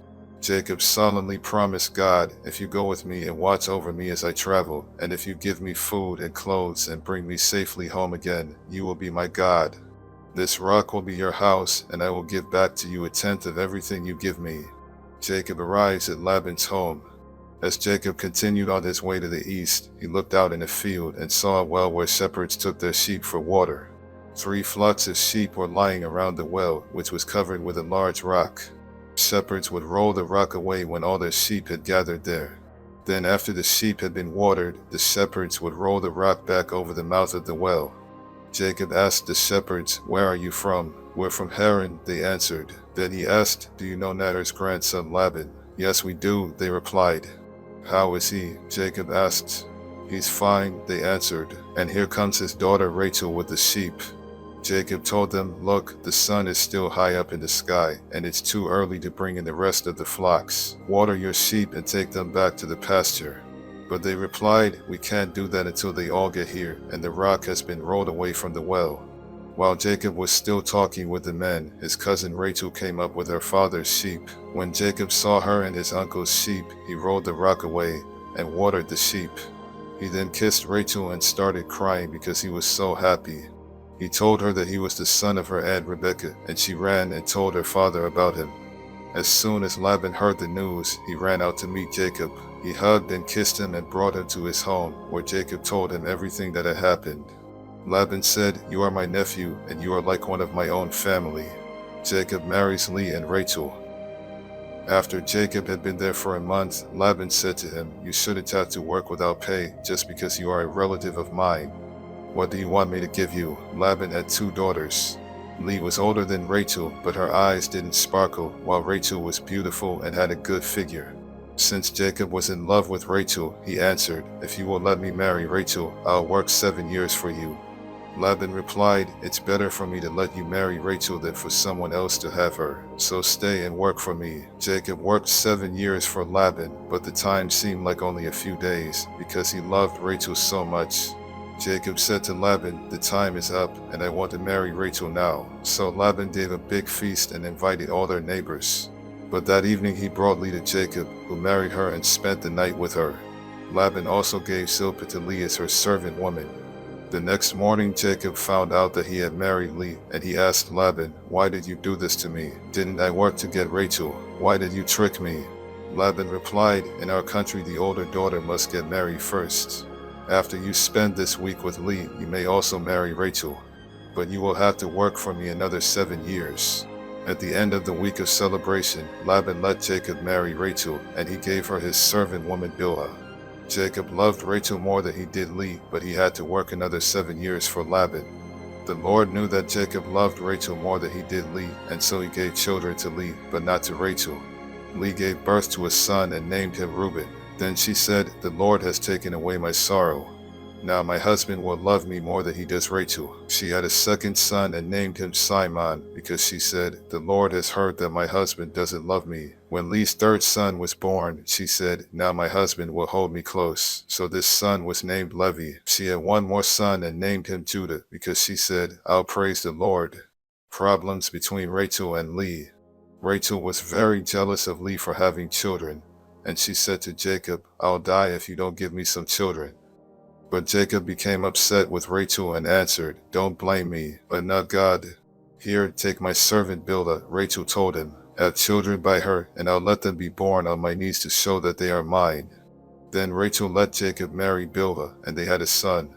Rachel named him Dan because she said, God has answered my prayers. He judged in my favor and has given me a son. When Bilhah and Jacob had a second son, Rachel said, I've struggled hard with my sister, and I've won. So she named the boy Naphtali. When Leah realized she could not have any more children, she let Jacob marry her servant Zilpah, and they had a son. I'm really lucky, Lee said, and she named the boy Gad. When they had another son, Lee exclaimed, I'm happy now, and all the women will say how happy I am. So she named him Asher. Love flowers. During the time of the wheat harvest, Reuben found some love flowers and took them to his mother Lee. Rachel asked Lee for some of them, but Lee said, it's bad enough that you stole my husband. Now you want my son's love flowers too. All right, Rachel answered, let me have the flowers and you can sleep with Jacob tonight. That evening when Jacob came in from the fields, Lee told him, you're sleeping with me tonight. I hired you with my son's love flowers. They slept together that night, and God answered Lee's prayers by giving her a fifth son. Lee shouted, God has rewarded me for letting Jacob marry my servant, and she named the boy Issachar. When Lee had another son, she exclaimed, God has given me a wonderful gift, and my husband will praise me for giving him 6 sons. So she named the boy Zebulun. Later, Lee had a daughter and named her Dinah. Finally, God remembered Rachel. He answered her prayer by giving her a son. God has taken away my disgrace, she said. I'll name the boy Joseph, and I'll pray that the Lord will give me another son. Jacob and Laban. After Joseph was born, Jacob said to Laban, release me from our agreement and let me return to my own country. You know how hard I've worked for you, so let me take my wives and children and leave. But Laban told him, if you really are my friend, stay on, and I'll pay whatever you ask. I'm sure the Lord has blessed me because of you. Jacob answered, you've seen how hard I've worked for you, and you know how your flocks and herds have grown under my care. You didn't have much before I came, but the Lord has blessed everything I have ever done for you. Now it's time for me to start looking out for my own family. How much do you want me to pay you? Laban asked. Then Jacob told him, I don't want you to pay me anything. Just do one thing, and I'll take care of your sheep and goats. Let me go through your flocks and herds and take the sheep and goats that are either spotted or speckled and the black lambs. That's all you need to give me. In the future, you can easily find out if I've been honest. Just look and see if my animals are either spotted or speckled, or if the lambs are black. If they aren't, they've been stolen from you. I agree to that, was Laban's response. Before the end of the day, Laban had separated his spotted and speckled animals and the black lambs from the others and had put his sons in charge of them. Then Laban made Jacob keep the rest of the sheep and goats at a distance of 3 days' journey. Jacob cut branches from some poplar trees and from some almond and evergreen trees. He peeled off part of the bark and made the branches look spotted and speckled. Then he put the branches where the sheep and goats would see them while they were drinking from the water trough. The goats made it there in front of the branches, and their young were spotted and speckled. Some of the sheep that Jacob was keeping for Laban were already spotted. And when the others were ready to mate, he made sure that they faced in the direction of the spotted and black ones. In this way, Jacob built up a flock of sheep for himself and did not put them with the other sheep. When the stronger sheep were mating near the drinking place, Jacob made sure that the spotted branches were there. But he would not put out the branches when the weaker animals were mating. So Jacob got all of the healthy animals, and Laban got what was left. Jacob soon became rich and successful. He owned many sheep, goats, camels, and donkeys, as well as a lot of slaves. Jacob runs from Laban. Jacob heard that Laban's sons were complaining. Jacob is now a rich man, and he got everything he owns from our father. Jacob also noticed that Laban was not as friendly as he had been before. One day the Lord said, Jacob, go back to your relatives in the land of your ancestors, and I will be with you. Jacob sent for Rachel and Leah to meet him in the pasture where he kept his sheep, and he told them, your father isn't as friendly with me as he used to be, but the God my ancestors worshipped has been on my side. You know that I have worked hard for your father and that he keeps cheating me by changing my wages time after time. But God has protected me. When your father said the speckled sheep would be my wages, all of them were speckled. And when he said the spotted ones would be mine, all of them were spotted. That's how God has taken sheep and goats from your father and given them to me. Once, when the flocks were mating, I dreamed that all the rams were either spotted or speckled. Then God's angel called me by name. I answered, and he said, notice that all the rams are either spotted or speckled. I know everything Laban is doing to you, and I am the God you worshipped at Bethel when you poured olive oil on a rock and made a promise to me. Leave here at once and return to the land where you were born. Rachel and Leah said to Jacob, there's nothing left for us to inherit from our father. He treats us like foreigners and has even cheated us out of the bride price that should have been ours. So do whatever God tells you to do. Even the property God took from our father and gave to you really belongs to us and our children." Then Jacob, his wives, and his children got on camels and left northern Syria for the home of his father Isaac in Canaan. Jacob took along all his flocks, herds, and other property. Before Rachel left, she stole the household idols while Laban was out shearing his sheep. Jacob tricked Laban the Aramean by not saying that he intended to leave. When Jacob crossed the Euphrates River and headed for the hill country of Gilead, he took with him everything he owned. Laban catches up with Jacob. 3 days later, Laban found out that Jacob had gone. So he took some of his relatives along and chased after Jacob for 7 days before catching up with him in the hill country of Gilead. But God appeared to Laban in a dream that night and warned, "Don't say a word to Jacob. Don't make a threat or a promise." Jacob had set up camp in the hill country of Gilead when Laban and his relatives came and set up camp in another part of the hill country. Laban went to Jacob and said, "Look what you've done. You tricked me and run off with my daughters like a kidnapper. Why did you sneak away without telling me? I would have given you a going away party with singing and with music on tambourines and harps. You didn't even give me a chance to kiss my own grandchildren and daughters goodbye. That was really foolish. I could easily hurt you, but the God your father worshipped has warned me not to make any threats or promises. I can understand why you were eager to return to your father, but why did you have to steal my idols?" Jacob answered, "I left secretly because I was afraid you would take your daughters from me by force. If you find that any one of us has taken your idols, I'll have that person killed. Let your relatives be witnesses. Show me what belongs to you, and you can take it back." Jacob did not realize that Rachel had stolen the household idols. Laban searched the tents of Jacob, Leah, and the 2 servant women, but did not find the idols. Then he went to Rachel's tent. She had already hidden them in the cushion she used as a saddle and was sitting on it. Laban searched everywhere and did not find them. Rachel said, "Father, please don't be angry with me for not getting up. I'm having my period." Laban kept on searching, but still did not find the idols.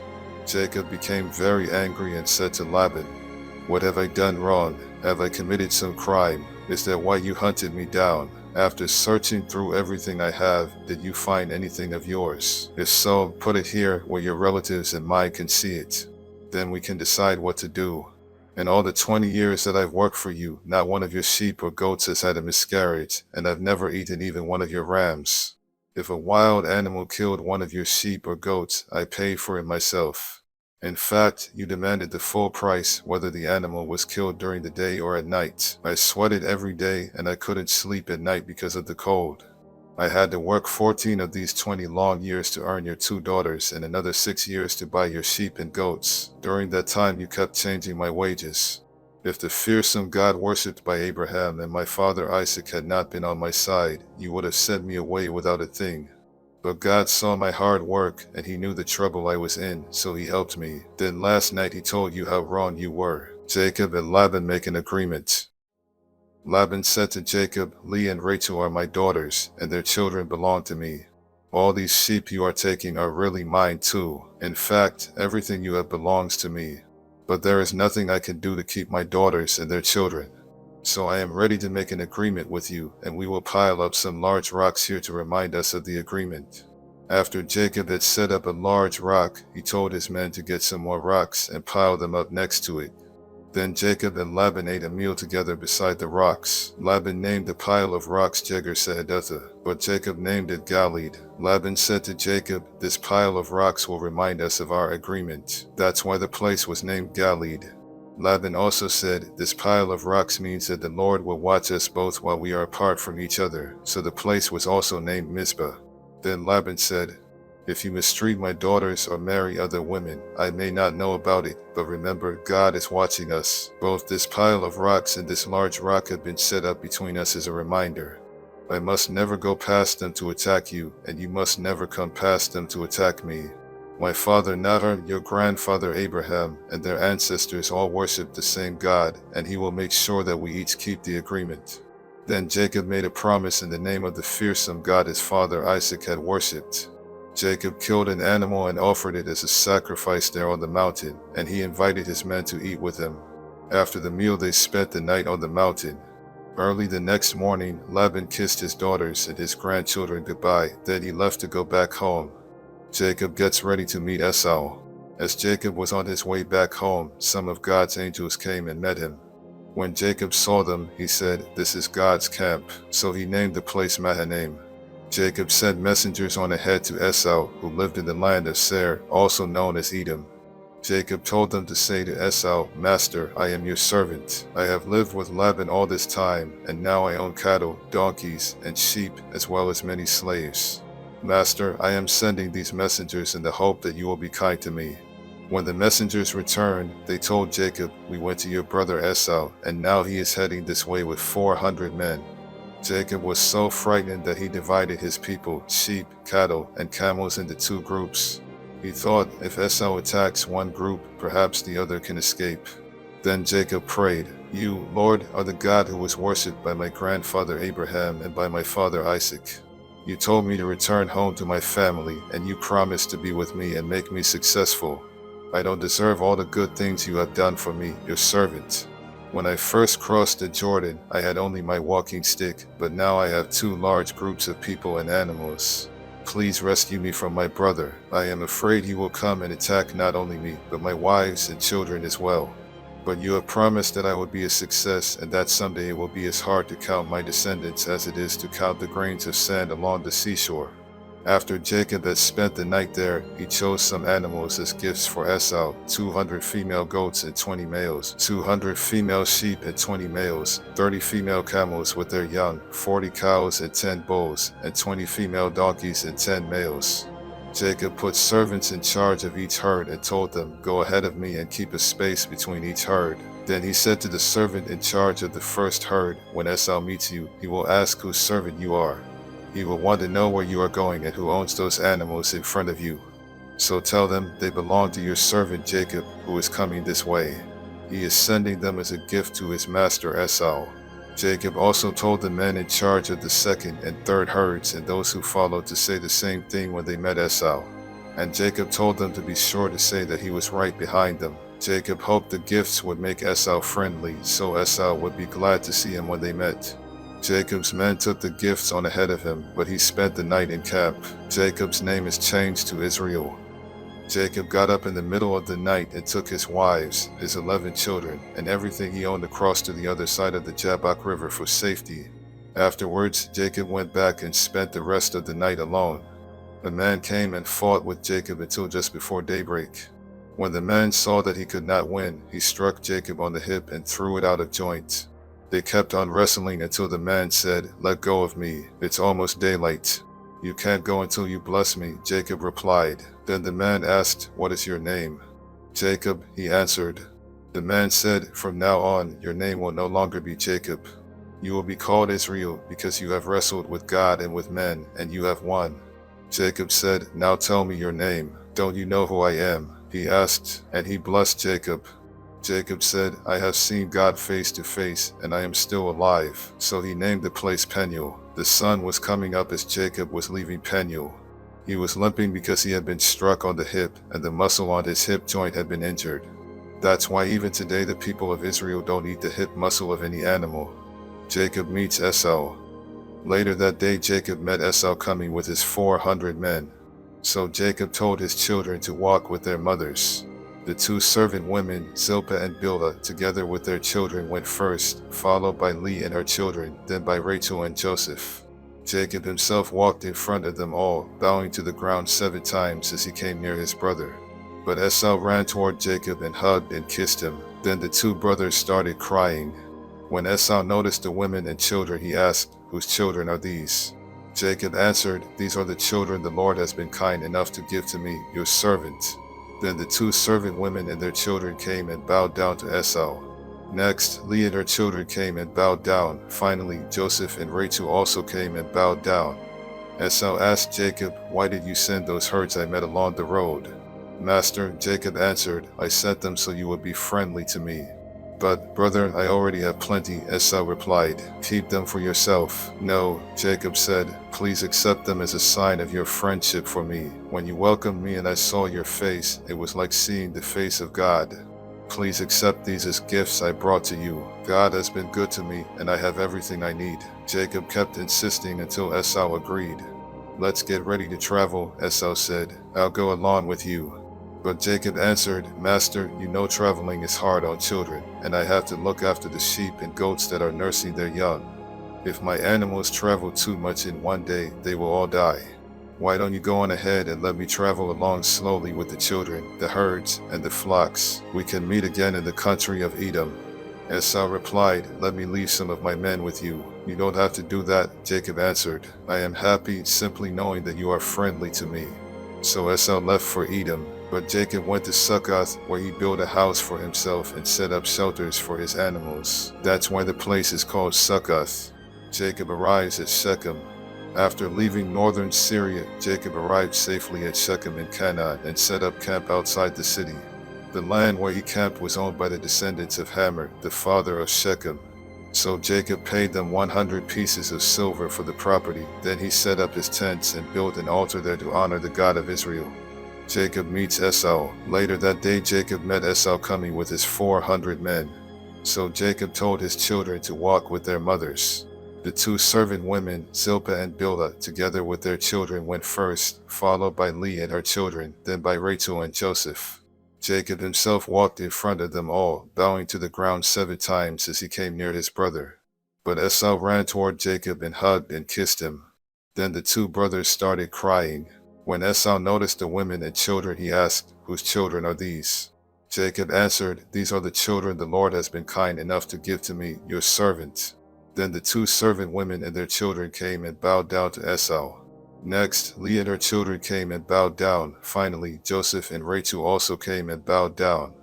Esau asked Jacob, "Why did you send those herds I met along the road?" "Master," Jacob answered, "I sent them so you would be friendly to me." "But, brother, I already have plenty," Esau replied. "Keep them for yourself." "No," Jacob said, "please accept them as a sign of your friendship for me. When you welcomed me and I saw your face, it was like seeing the face of God. Please accept these as gifts I brought to you. God has been good to me, and I have everything I need." Jacob kept insisting until Esau agreed. "Let's get ready to travel," Esau said. "I'll go along with you." But Jacob answered, "Master, you know traveling is hard on children, and I have to look after the sheep and goats that are nursing their young. If my animals travel too much in one day, they will all die. Why don't you go on ahead and let me travel along slowly with the children, the herds, and the flocks? We can meet again in the country of Edom." Esau replied, "Let me leave some of my men with you." "You don't have to do that," Jacob answered. "I am happy simply knowing that you are friendly to me." So Esau left for Edom, but Jacob went to Succoth, where he built a house for himself and set up shelters for his animals. That's why the place is called Succoth. Jacob arrives at Shechem. After leaving northern Syria, Jacob arrived safely at Shechem in Canaan and set up camp outside the city. The land where he camped was owned by the descendants of Hamor, the father of Shechem. So Jacob paid them 100 pieces of silver for the property. Then he set up his tents and built an altar there to honor the God of Israel. Dinah is raped. Dinah, the daughter of Jacob and Leah, went to visit some of the women who lived nearby. She was seen by Hamor's son Shechem, the leader of the Hivites, and he grabbed her and raped her. But Shechem was attracted to Dinah, so he told her how much he loved her. Shechem even asked his father to arrange for him to marry her. Meanwhile, Jacob heard what had happened, but his sons were out in the fields with the cattle, so he did not do anything at the time. Hamor arrived at Jacob's home just as Jacob's sons were coming in from work. When they learned that their sister had been raped, they became furiously angry, because nothing is more disgraceful than rape, and it must not be tolerated. Hamor said to Jacob and his sons, "My son Shechem really loves Dinah. Please let him marry her. Why don't you start letting your families marry into our families and ours marry into yours? You can share this land with us, move freely about until you find the property you want, then buy it and settle down here." Shechem added, "Do this favor for me, and I'll give whatever you want. Ask anything, no matter how expensive. I'll do anything, just let me marry Dinah." Jacob's sons wanted to get even with Shechem and his father because of what had happened to their sister, so they tricked them by saying, "You're not circumcised. It would be a disgrace for us to let you marry Dinah now." But we will let you marry her if you and the other men in your tribe agree to be circumcised. Then your families can marry into ours, and ours can marry into yours, and we can live together like one nation. But if you don't agree to be circumcised, we'll take Dinah and leave this place." Hamor and Shechem liked what was said. Shechem was the most respected person in his family, and he was so in love with Dinah that he hurried off to get everything done. The two men met with the other leaders of their city and told them, "These people really are friendly. Why not let them move freely about until they find the property they want? There's enough land here for them and for us. Then our families can marry into theirs, and theirs can marry into ours. We have to do only one thing before they will agree to stay here and become one nation with us. Our men will have to be circumcised just like theirs. Just think, we'll get their property as well as their flocks and herds. All we have to do is to agree, and they will live here with us." Every grown man followed this advice and got circumcised. Dinah's brothers take revenge. 3 days later, the men who had been circumcised were still weak from pain. So Simon and Levi, two of Dinah's brothers, attacked with their swords and killed every man in the town, including Hamor and Shechem. Then they took Dinah and left. Jacob's other sons came and took everything they wanted. All this was done because of the horrible thing that had happened to their sister. They took sheep, goats, donkeys, and everything else that was in the town or the countryside. After taking everything of value from the houses, they dragged away the wives and children of their victims. Jacob said to Simon and Levi, "Look what you've done. Now I'm in real trouble with the Canaanites and Perizzites who live around here. There aren't many of us, and if they attack, they'll kill everyone in my household." They answered, "Was it right to let our own sister be treated that way?" Jacob returns to Bethel. God told Jacob, "Return to Bethel, where I appeared to you when you were running from your brother Esau. Make your home there and build an altar for me." Jacob said to his family and to everyone else who was traveling with him, "Get rid of your foreign gods, then make yourselves acceptable to worship God and put on clean clothes. Afterwards, we'll go to Bethel. I will build an altar there for God, who answered my prayers when I was in trouble and who has always been at my side." So everyone gave Jacob their idols and their earrings, and he buried them under the oak tree near Shechem. While Jacob and his family were traveling through Canaan, God terrified the people in the town so much that no one dared bother them. Finally, they reached Bethel, also known as Luz. Jacob built an altar there and called it God of Bethel, because that was the place where God had appeared to him when he was running from Esau. While they were there, Rebekah's personal servant Deborah died. They buried her under an oak tree and called it Weeping Oak. God blesses Jacob at Bethel. After Jacob came back to the land of Canaan, God appeared to him again. This time he gave Jacob a new name and blessed him by saying, "I am God all-powerful, and from now on your name will be Israel instead of Jacob. You will have many children. Your descendants will become nations, and some of the men in your family will even be kings.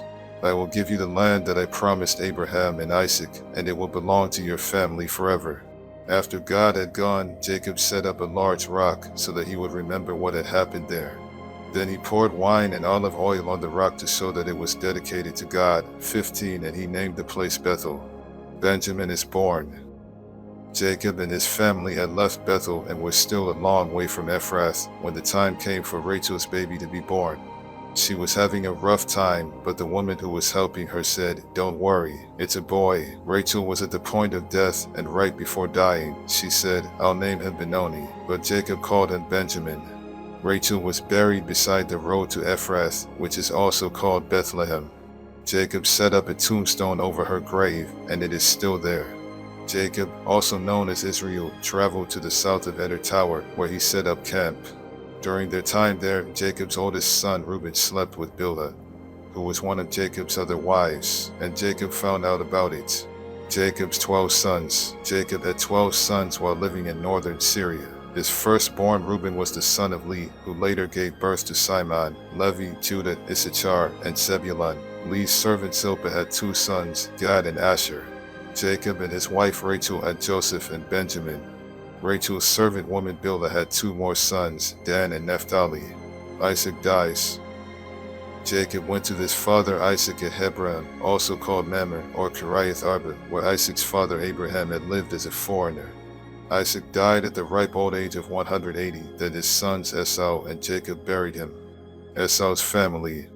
Esau, also known as Edom, had many descendants. He married 3 Canaanite women. The first was Adah, the daughter of Elon the Hittite. The second was Oholibamah, the daughter of Anna and the granddaughter of Sibon the Hivite. The third was Basemath, who was Ishmael's daughter and Nebaioth's sister. Esau and his 3 wives had 5 sons while in Canaan. Adah's son was Eliphaz, Basemath's son was Reuel. Oholibamah's 3 sons were Jush, Jalam, and Korah.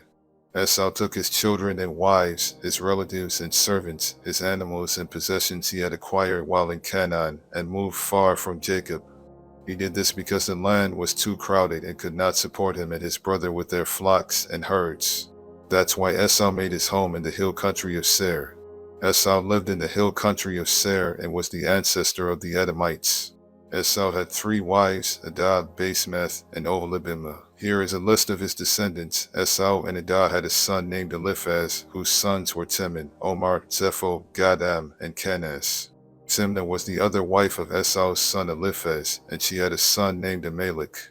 Esau and Basemath had a son named Reuel, whose sons were Nahath, Zerah, Shammah, and Mizah. Esau and Oholibamah had 3 sons, Jush, Jalam, and Korah, chiefs and leaders in Edom.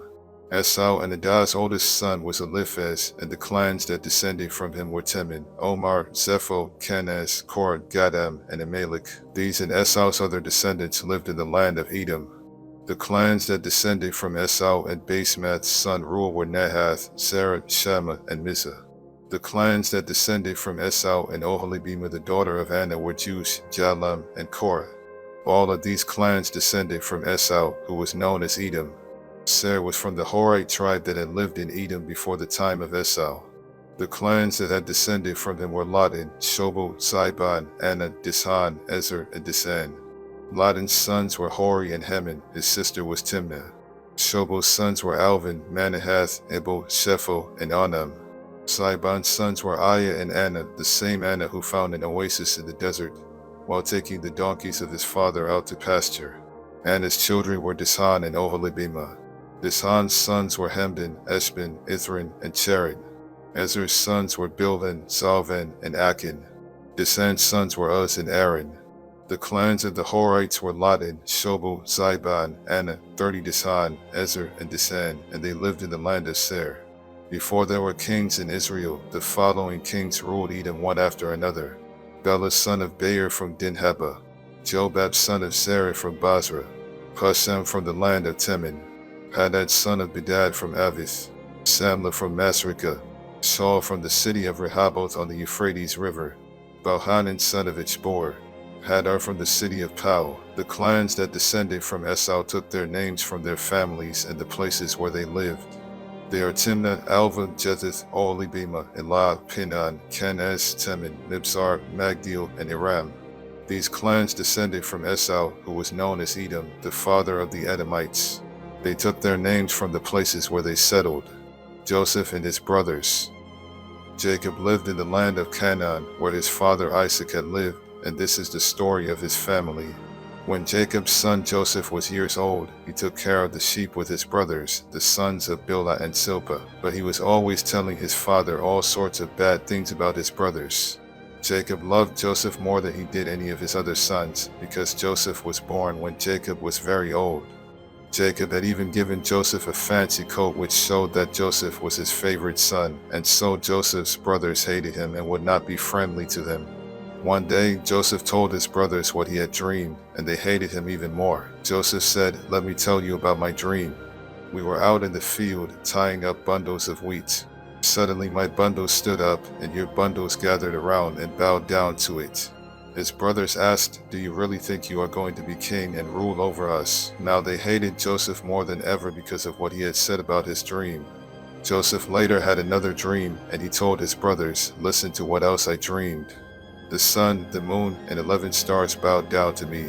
When he told his father about this dream, his father became angry and said, "What's that supposed to mean? Are your mother and I and your brothers all going to come and bow down to you?" Joseph's brothers were jealous of him, but his father kept wondering about the dream. Joseph is sold and taken to Egypt. One day when Joseph's brothers had taken the sheep to a pasture near Shechem, his father Jacob said to him, "I want you to go to your brothers." They are with the sheep near Shechem. Yes, sir, Joseph answered. His father said, go and find out how your brothers and the sheep are doing. Then come back and let me know. So he sent him from Hebron Valley.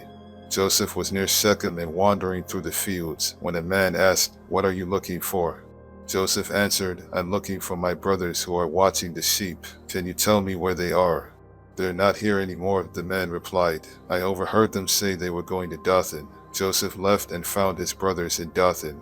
But before he got there, they saw him coming and made plans to kill him. They said to one another, look, here comes the hero of those dreams. Let's kill them and throw them into a pit and say that some wild animal ate him. Then we'll see what happens to those dreams.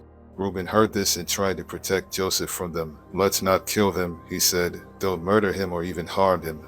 Just throw them into a well out here in the desert. Reuben planned to rescue Joseph later and take him back to his father. When Joseph came to his brothers, they pulled off his fancy coat and threw him into a dry well. As Joseph's brothers sat down to eat, they looked up and saw a caravan of Ishmaelites coming from Gilead.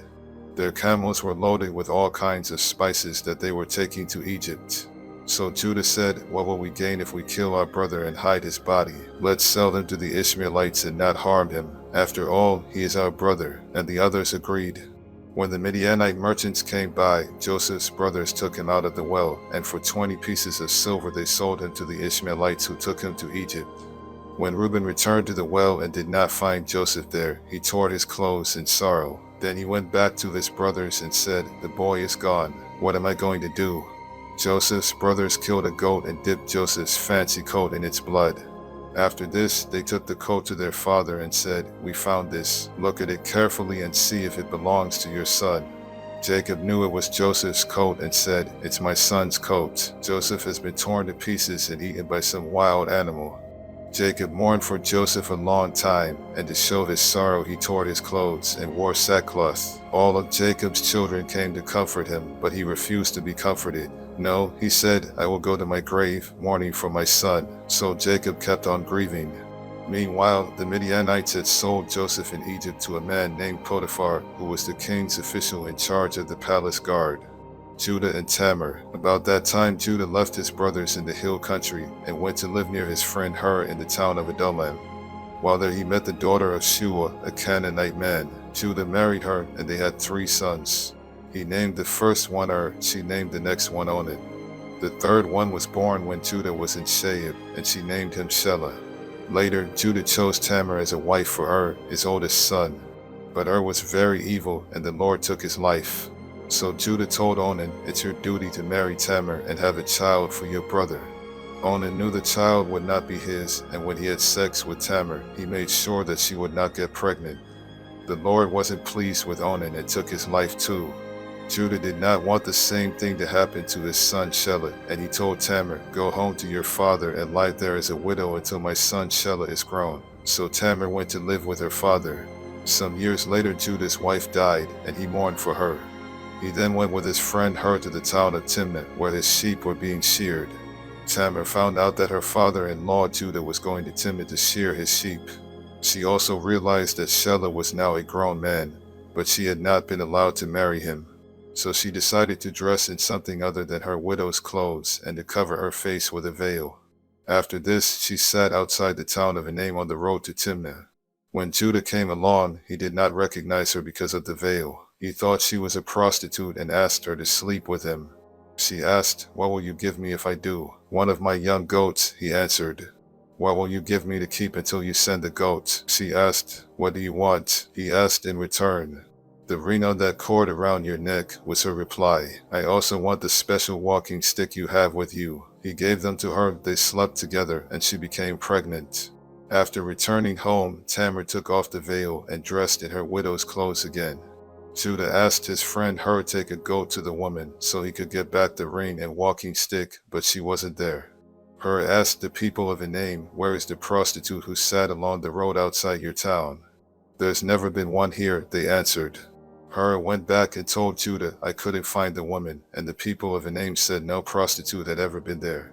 If you couldn't find her, we'll just let her keep the things I gave her, Judah answered, and we'd better forget about the goat, or else we'll look like fools. About 3 months later, someone told Judah, your daughter-in-law Tamar has behaved like a prostitute, and now she's pregnant. Drag her out of town and burn her to death, Judah shouted. As Tamar was being dragged off, she sent someone to tell her father-in-law, the man who gave me this ring, this cord, and this walking stick is the one who got me pregnant. Those are mine, Judah admitted. She's a better person than I am, because I broke my promise to let her marry my son Shelah. After this, Judah never slept with her again. Tamar later gave birth to twins. But before either of them was born, one of them stuck a hand out of her womb. The woman who was helping tied a red thread around the baby's hand and explained, this one came out first. But once his hand went back in, and the other child was born first. The woman then said, what an opening you've made for yourself. So they named the baby Perez. When the brother with the red thread was born, they named him Sarah. Joseph and Potiphar's wife. The Ishmaelites took Joseph to Egypt and sold him to Potiphar, the king's official in charge of the palace guard. So Joseph lived in the home of Potiphar, his Egyptian owner. Soon Potiphar realized that the Lord was helping Joseph to be successful in whatever he did. Potiphar liked Joseph and made him his personal assistant, putting him in charge of his house and all of his property. Because of Joseph, the Lord began to bless Potiphar's family and fields. Potiphar left everything up to Joseph, and with Joseph there, the only decision he had to make was what he wanted to eat. Joseph was well built and handsome, and Potiphar's wife soon noticed him. She asked him to make love to her, but he refused and said, my master isn't worried about anything in his house, because he has placed me in charge of everything he owns. No one in my master's house is more important than I am. The only thing he hasn't given me is you, and that's because you are his wife. I won't sin against God by doing such a terrible thing as this. She kept begging Joseph day after day, but he refused to do what she wanted or even to go near her. One day, Joseph went to Potiphar's house to do his work, and none of the other servants were there. Potiphar's wife grabbed hold of his coat and said, make love to me. Joseph ran out of the house, leaving his coat there in her hands. When this happened, she called in her servants and said, look, this Hebrew has come just to make fools of us. He tried to rape me, but I screamed for help. And when he heard me scream, he ran out of the house, leaving his coat with me. Potiphar's wife kept Joseph's coat until her husband came home. Then she said, that Hebrew slave of yours tried to rape me, but when I screamed for help, he left his coat and ran out of the house. Potiphar became very angry and threw Joseph in the same prison where the king's prisoners were kept. While Joseph was in prison, the Lord helped him and was good to him. He even made the jailer like Joseph so much that he put him in charge of the other prisoners, and of everything that was done in the jail. The jailer did not worry about anything, because the Lord was with Joseph and made him successful in all that he did. Joseph tells the meaning of the prisoner's dreams. While Joseph was in prison, both the king's personal servant and his chief cook made the king angry, so he had them thrown into the same prison with Joseph. They spent a long time in prison, and the official in charge of the palace guard made Joseph their servant. One night each of the two men had a dream, but their dreams had different meanings. The next morning, when Joseph went to see the men, he could tell they were upset, and he asked, why are you so worried today? We each had a dream last night, they answered, and there is no one to tell us what they mean.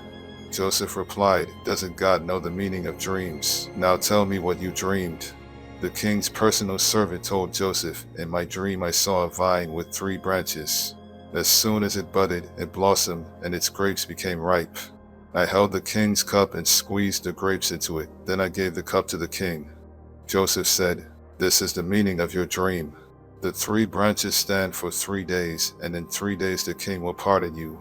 He will make you his personal servant again, and you will serve him his wine, just as you used to do. But when these good things happen, please don't forget to tell the king about me, so I can get out of this place. I was kidnapped from the land of the Hebrews, and here in Egypt I haven't done anything to deserve being thrown in jail. When the chief cook saw that Joseph had given a good meaning to the dream, he told Joseph, I also had a dream. In it I was carrying 3 bread baskets stacked on top of my head. The top basket was full of all kinds of baked things for the king, but birds were eating them. Joseph said, this is the meaning of your dream. The 3 baskets are 3 days, and in 3 days the king will cut off your head. You will hang your body on a pole, and birds will come and peck at it. 3 days later, while the king was celebrating his birthday with a dinner for his officials, he sent for his personal servant and the chief cook. He put the personal servant back at his old job and had the cook put to death. Everything happened just as Joseph had said it would, but the king's personal servant completely forgot about Joseph. Joseph interprets the king's dreams. 2 years later, the king of Egypt dreamed he was standing beside the Nile River. Suddenly, 7 fat, healthy cows came up from the river and started eating grass along the bank. Then 7 ugly, skinny cows came up out of the river and ate the fat, healthy cows. When this happened, the king woke up. The king went back to sleep and had another dream. This time 7 full heads of grain were growing on a single stalk. Later, 7 other heads of grain appeared, but they were thin and scorched by a wind from the desert. The thin heads of grain swallowed the 7 full heads. Again the king woke up, and it had only been a dream. The next morning the king was upset. So he called in his magicians and wise men and told them what he had dreamed. None of them could tell them what the dreams meant. The king's personal servant said, "Now I remember what I was supposed to do. When you were angry with me and your chief cook, you threw us both in jail in the house of the captain of the guard. One night we both had dreams, and each dream had a different meaning. A young Hebrew who was a servant of the captain of the guard was there with us at the time. When we told him our dreams, he explained what each of them meant, and everything happened just as he said it would. I got my job back, and the cook was put to death." The king sent for Joseph, who was quickly brought out of jail. He shaved, changed his clothes, and went to the king. The king said to him, "I had a dream, yet no one could explain what it means. I am told that you can interpret dreams." "Your Majesty," Joseph answered, "I can't do it myself, but God can give a good meaning to your dreams." The king told Joseph, "I dreamed I was standing on the bank of the Nile River. I saw 7 fat, healthy cows come up out of the river, and they began feeding on the grass.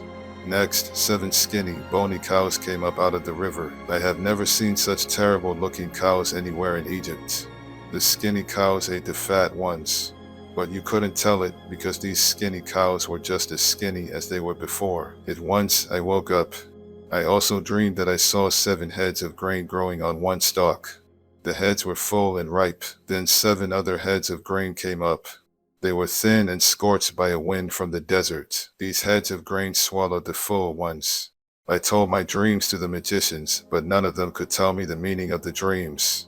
Joseph replied, "Your Majesty, both of your dreams mean the same thing, and in them God has shown what he is going to do. The 7 good cows stand for 7 years, and so do the 7 good heads of grain. The 7 skinny, ugly cows that came up later also stand for 7 years, as do the 7 bad heads of grain that were scorched by the desert wind. The dreams mean there will be 7 years when there won't be enough grain. It is just as I said, God has shown what he intends to do. For 7 years Egypt will have more than enough grain, but that will be followed by 7 years when there won't be enough.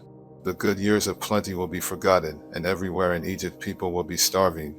The famine will be so bad that no one will remember that once there had been plenty. God has given you 2 dreams to let you know that he has definitely decided to do this and that he will do it soon. Your Majesty, you should find someone who is wise and will know what to do so that you can put him in charge of all Egypt. Then appoint some other officials to collect 1/5 of every crop harvested in Egypt during the 7 years when there is plenty. Give them the power to collect the grain during those good years and to store it in your cities. It can be stored until it is needed during the 7 years when there won't be enough grain in Egypt. This will keep the country from being destroyed because of the lack of food." Joseph is made governor over Egypt. The king and his officials liked this plan. So the king said to them, "Who could possibly handle this better than Joseph? After all, the Spirit of God is with him." The king told Joseph, "God is the one who has shown you these things. No one else is as wise as you are or knows as much as you do. I'm putting you in charge of my palace, and everybody will have to obey you. No one will be over you except me. You are now governor of all Egypt." Then the king took off his royal ring and put it on Joseph's finger. He gave him fine clothes to wear and placed a gold chain around his neck. He also let him ride in the chariot next to his own, and people shouted, "Make way for Joseph." So Joseph was governor of Egypt. The king told Joseph, "Although I'm king, no one in Egypt is to do anything without your permission." He gave Joseph the Egyptian named Zaphenath-Paneah. And he let him marry Asenath, the daughter of Potiphar, a priest in the city of Heliopolis. Joseph traveled all over Egypt. Joseph was 30 when the king made him governor, and he went everywhere for the king. For 7 years there were big harvests of grain. Joseph collected and stored up the extra grain in the cities of Egypt near the fields where it was harvested. In fact, there was so much grain that they stopped keeping record because it was like counting the grains of sand along the beach. Joseph and his wife had 2 sons before the famine began. Their first son was named Manasseh, which means, God has let me forget all my troubles and my family back home. His second son was named Ephraim, which means God has made me a success in the land where I suffered. Egypt's 7 years of plenty came to an end, and the 7 years of famine began, just as Joseph had said. There was not enough food in other countries, but all over Egypt there was plenty.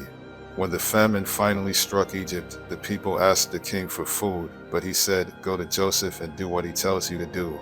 The famine became bad everywhere in Egypt, so Joseph opened the storehouses and sold the grain to the Egyptians. People from all over the world came to Egypt to buy grain, because the famine was so severe in their countries. Joseph's brothers go to Egypt to buy grain.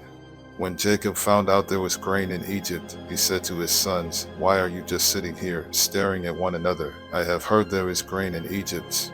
Go down and buy some, so we won't starve to death." 10 of Joseph's brothers went to Egypt to buy grain, but Jacob did not send Joseph's younger brother Benjamin with them. He was afraid that something might happen to them. So Jacob's sons joined others from Canaan who were going to Egypt because of the terrible famine. Since Joseph was governor of Egypt and in charge of selling grain, his brothers came to him and bowed with their faces to the ground. They did not recognize Joseph, but at once he knew who they were, though he pretended not to know. Instead, he spoke harshly and asked, "Where do you come from?" "From the land of Canaan," they answered. "We've come here to buy grain." Joseph remembered what he had dreamed about them and said, "You're spies. You've come here to find out where our country is weak." "No, sir," they replied. "We're your servants, and we have only come to buy grain. We're honest men, and we come from the same family. We're not spies." "That isn't so," Joseph insisted. "You've come here to find out where our country is weak." But they explained, "Sir, we come from a family of 12 brothers. The youngest is still with our father in Canaan, and one of our brothers is dead." Joseph replied, "It's like I said, you're spies, and I'm going to find out the truth. I swear by the life of the king that you won't leave this place until your youngest brother comes here. Choose one of you to go after your brother, while the rest of you stay here in jail. That will show whether you are telling the truth. But if you are lying, I swear by the life of the king that you are spies."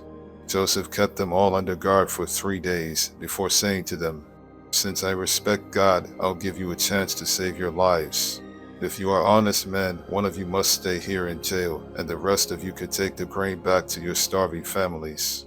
But you must bring your youngest brother to me.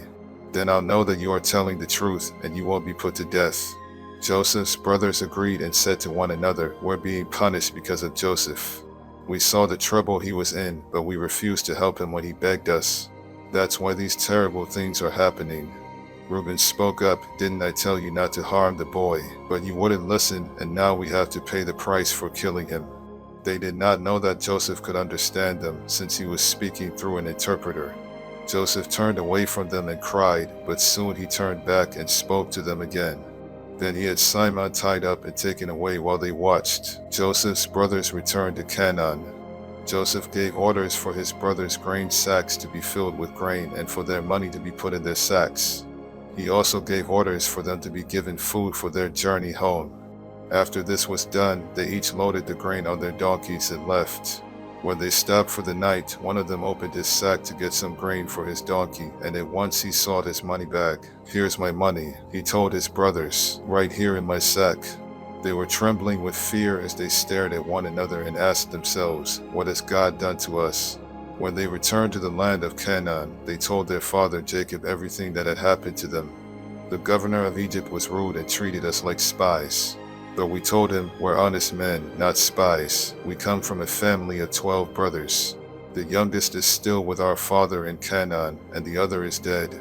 Then the governor of Egypt told us, 'I'll find out if you really are honest. Leave one of your brothers here with me while you take the grain to your starving families.' But bring your youngest brother to me so I can be certain that you are honest men and not spies. After that, I'll let your other brother go free and you can stay here and trade." When the brothers started emptying their sacks of grain, they found their money bags in them. They were frightened, and so was their father Jacob, who said, "You have already taken my sons Joseph and Simon from me, and now you want to take away Benjamin. Everything is against me." Reuben spoke up, "Father, if I don't bring Benjamin back, you can kill both of my sons. Trust me with him, and I'll bring him back." But Jacob said, "I won't let my son Benjamin go down to Egypt with the rest of you. His brother is already dead, and he is the only son I have left. I am an old man, and if anything happens to him on the way, I'll die from sorrow, and all of you will be to blame." Joseph's brothers returned to Egypt with Benjamin. The famine in Canaan got worse until finally Jacob's family had eaten all the grain they had bought in Egypt. So Jacob said to his sons, "Go back and buy some more grain." Judah replied, "The governor strictly warned us that we would not be allowed to see him unless we brought our youngest brother with us. If you let us take Benjamin along, we will go and buy grain, but we won't go without him." Jacob asked, "Why did you cause me so much trouble by telling the governor you had another brother?" They answered, "He asked a lot of questions about us and our family. He wanted to know if you were still alive and if we had any more brothers. All we could do was answer his questions. How could we know he would tell us to bring along our brother?" Then Judah said to his father, "Let Benjamin go with me, and we will leave at once, so that none of us will starve to death. I promise to bring him back safely, and if I don't, you can blame me as long as I live." If we had not wasted all this time, we could already have been there and back twice. Their father said, "If Benjamin must go with you, take the governor a gift of some of the best things from our own country, such as perfume, honey, spices, pistachio nuts, and almonds. Also take along twice the amount of money for the grain, because there must have been some mistake when the money was put back in your sacks. Take Benjamin with you and leave at once. When you go in to see the governor, I pray that God all-powerful will be good to you, and that the governor will let your other brother and Benjamin come back home with you. But if I must lose my children, I suppose I must." The brothers took the gifts, twice the amount of money, and Benjamin. Then they hurried off to Egypt. When they stood in front of Joseph, he saw Benjamin and told the servant in charge of his house, "Take these men to my house. Slaughter an animal and cook it so they can eat with me at noon." The servant did as he was told and took the brothers to Joseph's house. But on the way they got worried and started thinking, "We are being taken there because of the money that was put back in our sacks last time. He will arrest us, make us his slaves, and take our donkeys." So when they arrived at Joseph's house, they said to the servant in charge, "Sir, we came to Egypt once before to buy grain, but when we stopped for the night, we each found in our grain sacks the exact amount we had paid. We have brought that money back, together with enough money to buy more grain. We don't know who put the money in our sacks." "It's all right," the servant replied. "Don't worry. The God you and your father worship must have put the money there, because I received your payment in full." Then he brought Simon out to them. The servant took them into Joseph's house and gave them water to wash their feet. He also tended their donkeys. The brothers got their gifts ready to give to Joseph at noon, since they had heard they were going to eat there. When Joseph came home, they gave him the gifts they had brought, and they bowed down to him. After Joseph had asked how they were, he said, "What about your elderly father? Is he still alive?" They answered, "Your servant our father is still alive and well." And again they bowed down to Joseph. When Joseph looked around and saw his brother Benjamin, he said, "This must be your youngest brother, the one you told me about. God bless you, my son."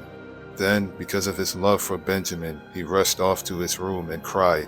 After washing his face and returning, he was able to control himself and said, "Serve the meal." Joseph was served at a table by himself, and his brothers were served at another. The Egyptians sat at yet another table, because Egyptians felt it was disgusting to eat with Hebrews. To the surprise of Joseph's brothers, they were seated in front of him according to their ages, from the oldest to the youngest. They were served food from Joseph's table, and Benjamin was given 5 times as much as each of the others. So Joseph's brothers ate and drank with him and had a good time. The missing cup. Later, Joseph told the servant in charge of his house, "Fill the men's grain sacks with as much as they can hold and put their money in the sacks. Also put my silver cup in the sack of the youngest brother." The servant did as he was told. Early the next morning, the men were sent on their way with their donkeys. But they had not gone far from the city when Joseph told the servant, "Go after those men. When you catch them, say, 'My master has been good to you, so why have you stolen his silver cup?' Not only does he drink from his cup, but he also uses it to learn about the future. You have done a terrible thing." When the servant caught up with them, he said exactly what Joseph had told him to say. But they replied, "Sir, why do you say such things? We would never do anything like that. We even returned the money we found in our grain sacks when we got back to Canaan. So why would we want to steal any silver or gold from your master's house? If you find that one of us has the cup, then kill them, and the rest of us will become your slaves." "Good," the man replied, "I'll do what you have said. But only the one who has the cup will become my slave. The rest of you can go free." Each of the brothers quickly put his sack on the ground and opened it. Joseph's servant started searching the sacks, beginning with the one that belonged to the oldest brother. When he came to Benjamin's sack, he found the cup. This upset the brothers so much that they began tearing their clothes in sorrow. Then they loaded their donkeys and returned to the city. When Judah and his brothers got there, Joseph was still at home. So they bowed down to Joseph, who asked them, "What have you done? Didn't you know I could find out?" "Sir, what can we say?" Judah replied. "How can we say we are innocent when God has shown we are guilty, and now all of us are your slaves, especially the one who had the cup?" Joseph told them, "I would never punish all of you. Only the one who was caught with the cup will become my slave. The rest of you are free to go home to your father." Judah pleads for Benjamin. Judah went over to Joseph and said, "Sir, you have as much power as the king himself, and I am only your slave. Please don't get angry if I speak. You asked us if our father was still alive and if we had any more brothers. So we told you our father is a very old man. In fact, he was already old when Benjamin was born. Benjamin's brother is dead. Now Benjamin is the only one of the two brothers who is still alive, and our father loves him very much. You ordered us to bring him here so you could see him for yourself. We told you that our father would die if Benjamin left him. But you warned us that we could never see you again unless our youngest brother came with us. So we returned to our father and reported what you had said. Later our father sent us back here to buy more grain, but we told him we can't go back to Egypt without our youngest brother. We will never be let in to see the governor unless he is with us. Sir, our father then reminded us that his favorite wife had given birth to 2 sons.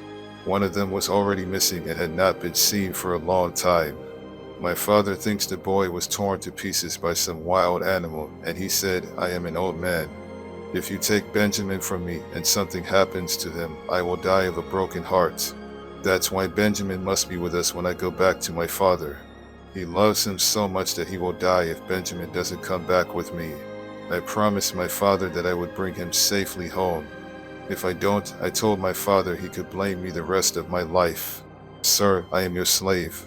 Please let me stay here in place of Benjamin and let him return home with his brothers. How can I face my father if Benjamin isn't with me? I couldn't bear to see my father in such sorrow." Joseph tells his brothers who he is. Since Joseph could no longer control his feelings in front of his servants, he sent them out of the room. When he was alone with his brothers, he told them, "I am Joseph." Then he cried so loudly that the Egyptians heard him and told about it in the king's palace.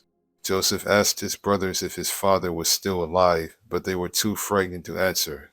Joseph told them to come closer to them, and when they did, he said, "Yes, I am your brother Joseph, the one you sold into Egypt. Don't worry or blame yourselves for what you did.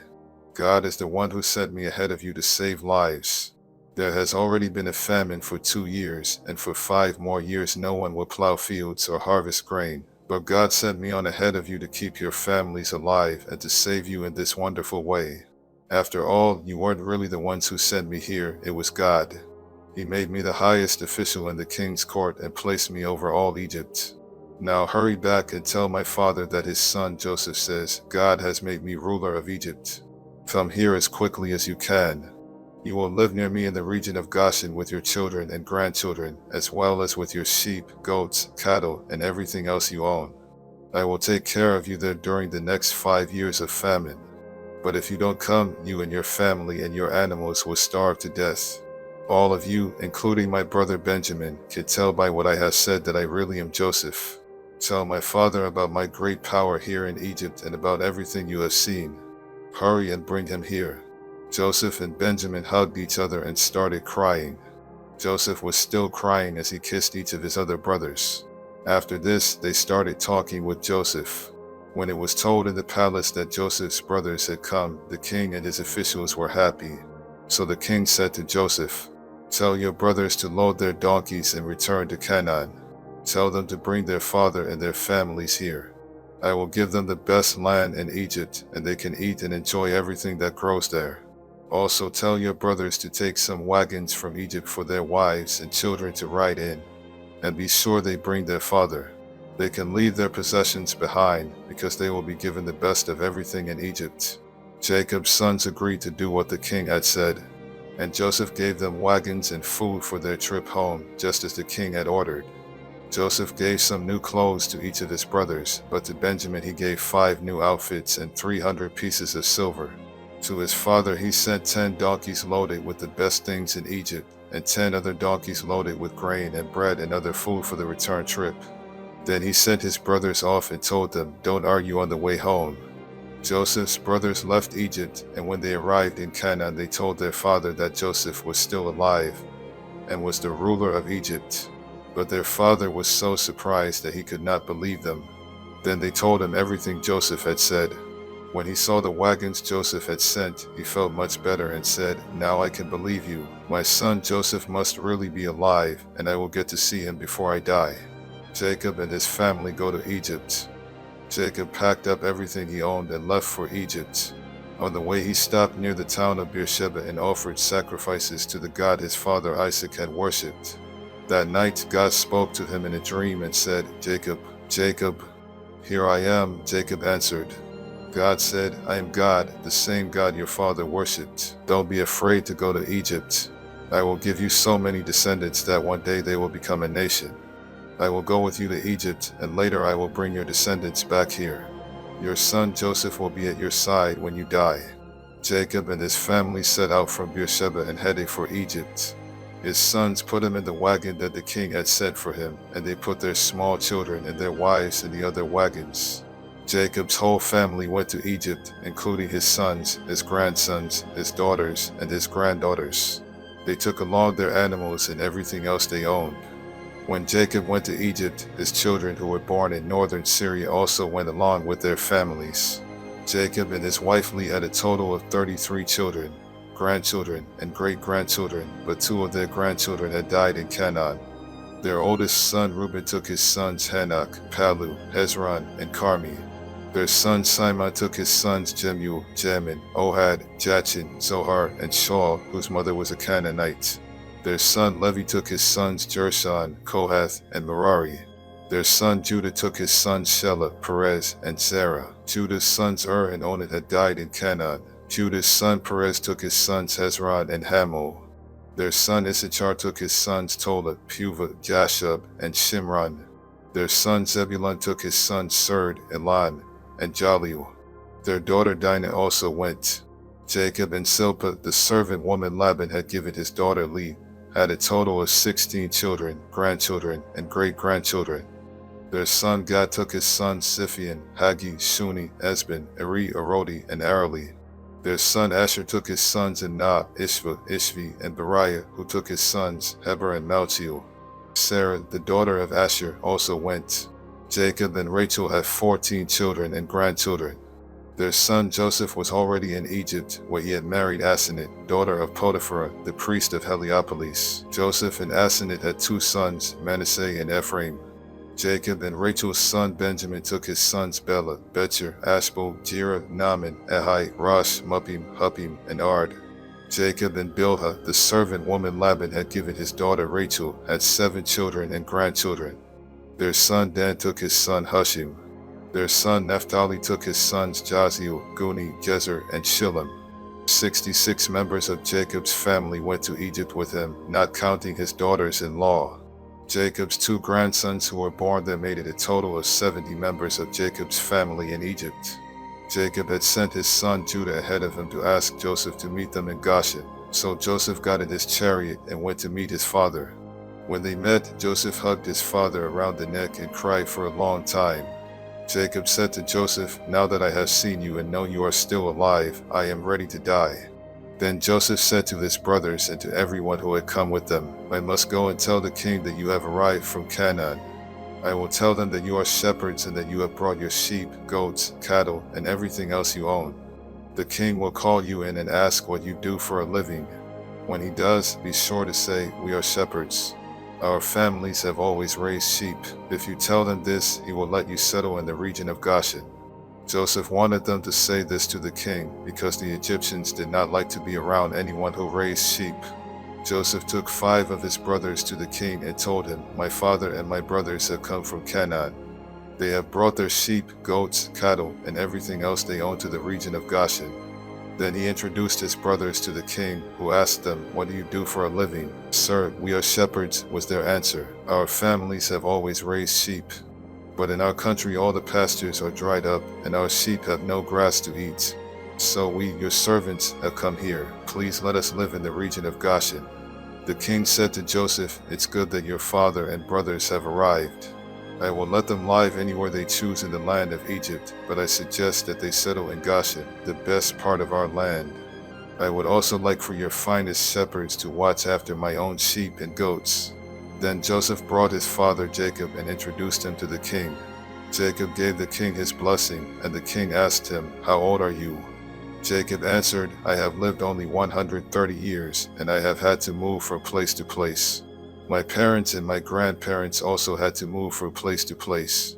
But they lived much longer, and their life was not as hard as mine." Then Jacob gave the king his blessing once again and left. Joseph obeyed the king's orders and gave his father and brothers some of the best land in Egypt near the city of Ramesses. Joseph also provided food for their families. But famine in Egypt. The famine was bad everywhere in Egypt and Canaan, and the people were suffering terribly. So Joseph sold them the grain that had been stored up, and he put the money in the king's treasury. But when everyone had run out of money, the Egyptians came to Joseph and demanded, "Give us more grain. If you don't, we'll soon be dead because our money's all gone." "If you don't have any money," Joseph answered, "give me your animals, and I'll let you have some grain." From then on, they brought him their horses and donkeys and their sheep and goats in exchange for grain. Within a year, Joseph had collected every animal in Egypt. Then the people came to him and said, "Sir, there's no way we can hide the truth from you. We are broke and we don't have any more animals.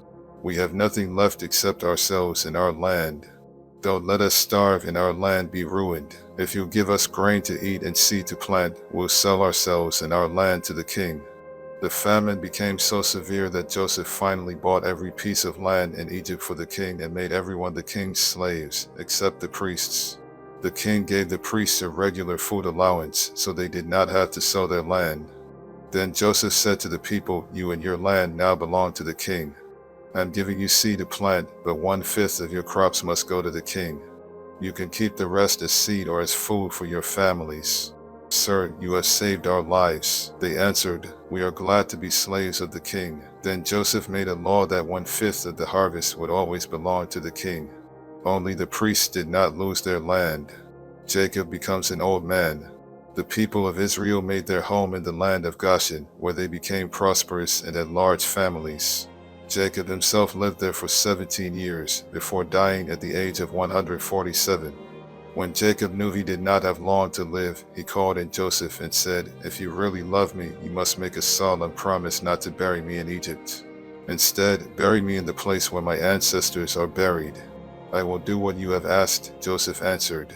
"Will you give me your word?" Jacob asked. "Yes, I will," Joseph promised. After this, Jacob bowed down and prayed at the head of his bed. Jacob blesses Joseph's 2 sons. Joseph was told that his father Jacob had become very sick. So Joseph went to see him and took along his 2 sons, Manasseh and Ephraim. When Joseph arrived, someone told Jacob, "Your son Joseph has come to see you." Jacob sat up in bed, but it took almost all his strength. Jacob told Joseph, "God all-powerful appeared to me at Luz in the land of Canaan, where he gave me his blessing for and promised, 'I will give you a large family with many descendants that will grow into a nation. And I am giving you this land that will belong to you and your family forever.' Then Jacob went on to say, Joseph, your two sons Ephraim and Manasseh were born in Egypt, but I accept them as my own, just as Reuben and Simon are mine. Any children you have later will be considered yours, but their inheritance will come from Ephraim and Manasseh. Unfortunately, your mother Rachel died in Canaan after we had left northern Syria, and before we reached Bethlehem, and I had to bury her along the way. Jacob was very old and almost blind. He did not recognize the two boys, and so he asked Joseph, Who are these boys? Joseph answered, They are my sons. God has given them to me here in Egypt. Bring them to me, Jacob said. I want to give them my blessing. Joseph brought the boys to him, and he hugged and kissed them. Jacob turned to Joseph and told him, For many years I thought you were dead and that I would never see you again. But now God has even let me live to see your children. Then Joseph made his sons move away from Jacob's knees, and Joseph bowed down in front of him with his face to the ground. After Joseph got up, he brought his two sons over to Jacob again. He led his younger son Ephraim to the left side of Jacob, and his older son Manasseh to the right. But before Jacob gave them this blessing, he crossed his arms, putting his right hand on the head of Ephraim and his left hand on the head of Manasseh. Then he gave Joseph his blessing and said, My grandfather Abraham and my father Isaac worshipped the Lord God. He has been with me all my life, and his angel has kept me safe. Now I pray that he will bless these boys, and that my name and the names of Abraham and Isaac will live on because of them. I ask God to give them many children and many descendants as well. Joseph did not like it when he saw his father place his right hand on the head of the younger son. So he tried to move his father's right hand from Ephraim's head and place it on Manasseh. Joseph said, Father, you have made a mistake. This is the older boy. Put your right hand on him. But his father said, Son, I know what I am doing. It's true that Manasseh's family will someday become a great nation. But Ephraim will be even greater than Manasseh because his descendants will become many great nations. Jacob told him that in the future the people of Israel would ask God's blessings on one another by saying, I pray for God to bless you as much as he blessed Ephraim and Manasseh. Jacob put Ephraim's name first to show that he would be greater than Manasseh. After that, Jacob said, Joseph, you can see that I won't live much longer. But God will be with you and will lead you back to the land he promised our family long ago. Meanwhile, I'm giving you the hillside I captured from the Amorites. Jacob blesses his sons. Jacob called his sons together and said, My sons, I am Jacob, your father Israel. Come, gather around, as I tell your future. Reuben, you are my oldest, born at the peak of my powers. You are an honored leader. Uncontrollable as a flood, you slept with my wife, and disgraced my bed. And so you no longer deserve the place of honor. Simon and Levi, you are brothers, each a gruesome sword. I never want to take part in your plans or deeds. You slaughtered people in your anger, and you crippled cattle for no reason. Now I place a curse on you because of your fierce anger. Your descendants will be scattered among the tribes of Israel. Judah, you will be praised by your brothers. They will bow down to you as you defeat your enemies. My son, you are a lion, ready to eat your victim. You are terribly fierce. No one will bother you. You will have power and rule until nations obey you and come bringing gifts. You will tie your donkey to a choice grapevine and wash your clothes in wine from those grapes. Your eyes are darker than wine, your teeth whiter than milk. Zebulun, you will settle along the seashore and provide safe harbors as far north as Sidon. Issachar, you are a strong donkey, resting in the meadows. You found them so pleasant that you worked too hard and became a slave. Dan, you are the tribe that will bring justice to Israel. You are a snake that bites the heel of a horse, making its rider fall. Our Lord, I am waiting for you to save us. God, you will be attacked, then attack your attackers. Asher, you will eat food fancy enough for a king. Naphtali, you are a wild deer with lovely fawns. Joseph, you are a fruitful vine, growing near a stream and climbing a wall. Enemies attacked with arrows, refusing to show mercy. But you stood your ground, swiftly shooting back with the help of Jacob's God, the all-powerful one. His name is the Shepherd, Israel's mighty rock. Your help came from the God your father worshipped, from God all-powerful. God will bless you with rain and streams from the earth. He will bless you with many descendants. My son, the blessings I give are better than the promise of ancient mountains or eternal hills. Joseph, I pray these blessings will come to you because you are the leader of your brothers. Benjamin, you are a fierce wolf, destroying your enemies morning and evening. These are the 12 tribes of Israel, and this is how Jacob gave each of them their proper blessings. Jacob's death. Jacob told his sons, soon I will die, and I want you to bury me in Machpelah cave. Abraham bought this cave as a burial place from Ephron the Hittite, and it is near the town of Mamre in Canaan.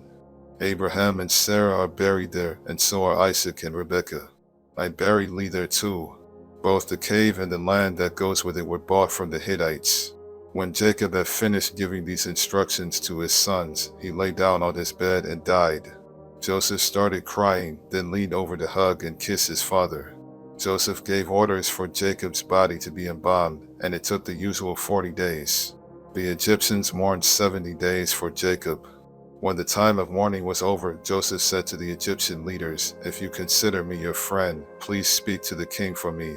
Just before my father died, he made me promise to bury him in his burial cave in Canaan. If the king will give me permission to go, I will come back here.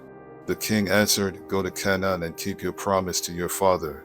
When Joseph left Goshen with his brothers, his relatives, and his father's relatives to bury Jacob, many of the king's highest officials and even his military chariots and cavalry went along. The Israelites left behind only their children, their cattle, and their sheep and goats. After crossing the Jordan River, Joseph stopped at Adad's threshing place, where they all mourned and wept 7 days for Jacob.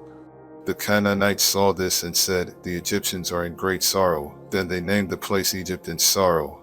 So Jacob's sons did just as their father had instructed. They took him to Mamre in Canaan and buried him in Machpelah cave, the burial place Abraham had bought from Ephron the Hittite. After the funeral, Joseph, his brothers, and everyone else returned to Egypt. Joseph's promise to his brothers. After Jacob died, Joseph's brothers said to each other, what if Joseph still hates us and wants to get even with us for all the cruel things we did to him? So they sent this message to Joseph. Before our father died, he told us you did some cruel and terrible things to Joseph, but you must ask him to forgive you. Now we ask you to please forgive the terrible things we did. After all, we serve the same God that your father worshipped. When Joseph heard this, he started crying. Right then, Joseph's brothers came and bowed down to the ground in front of him and said, we are your slaves. But Joseph told them, don't be afraid. I have no right to change what God has decided. You tried to harm me, but God made it turn out for the best so that he could save all these people as he is now doing. Don't be afraid. I will take care of you and your children. After Joseph said this, his brothers felt much better. Joseph's death. Joseph lived in Egypt with his brothers until he died at the age of 110.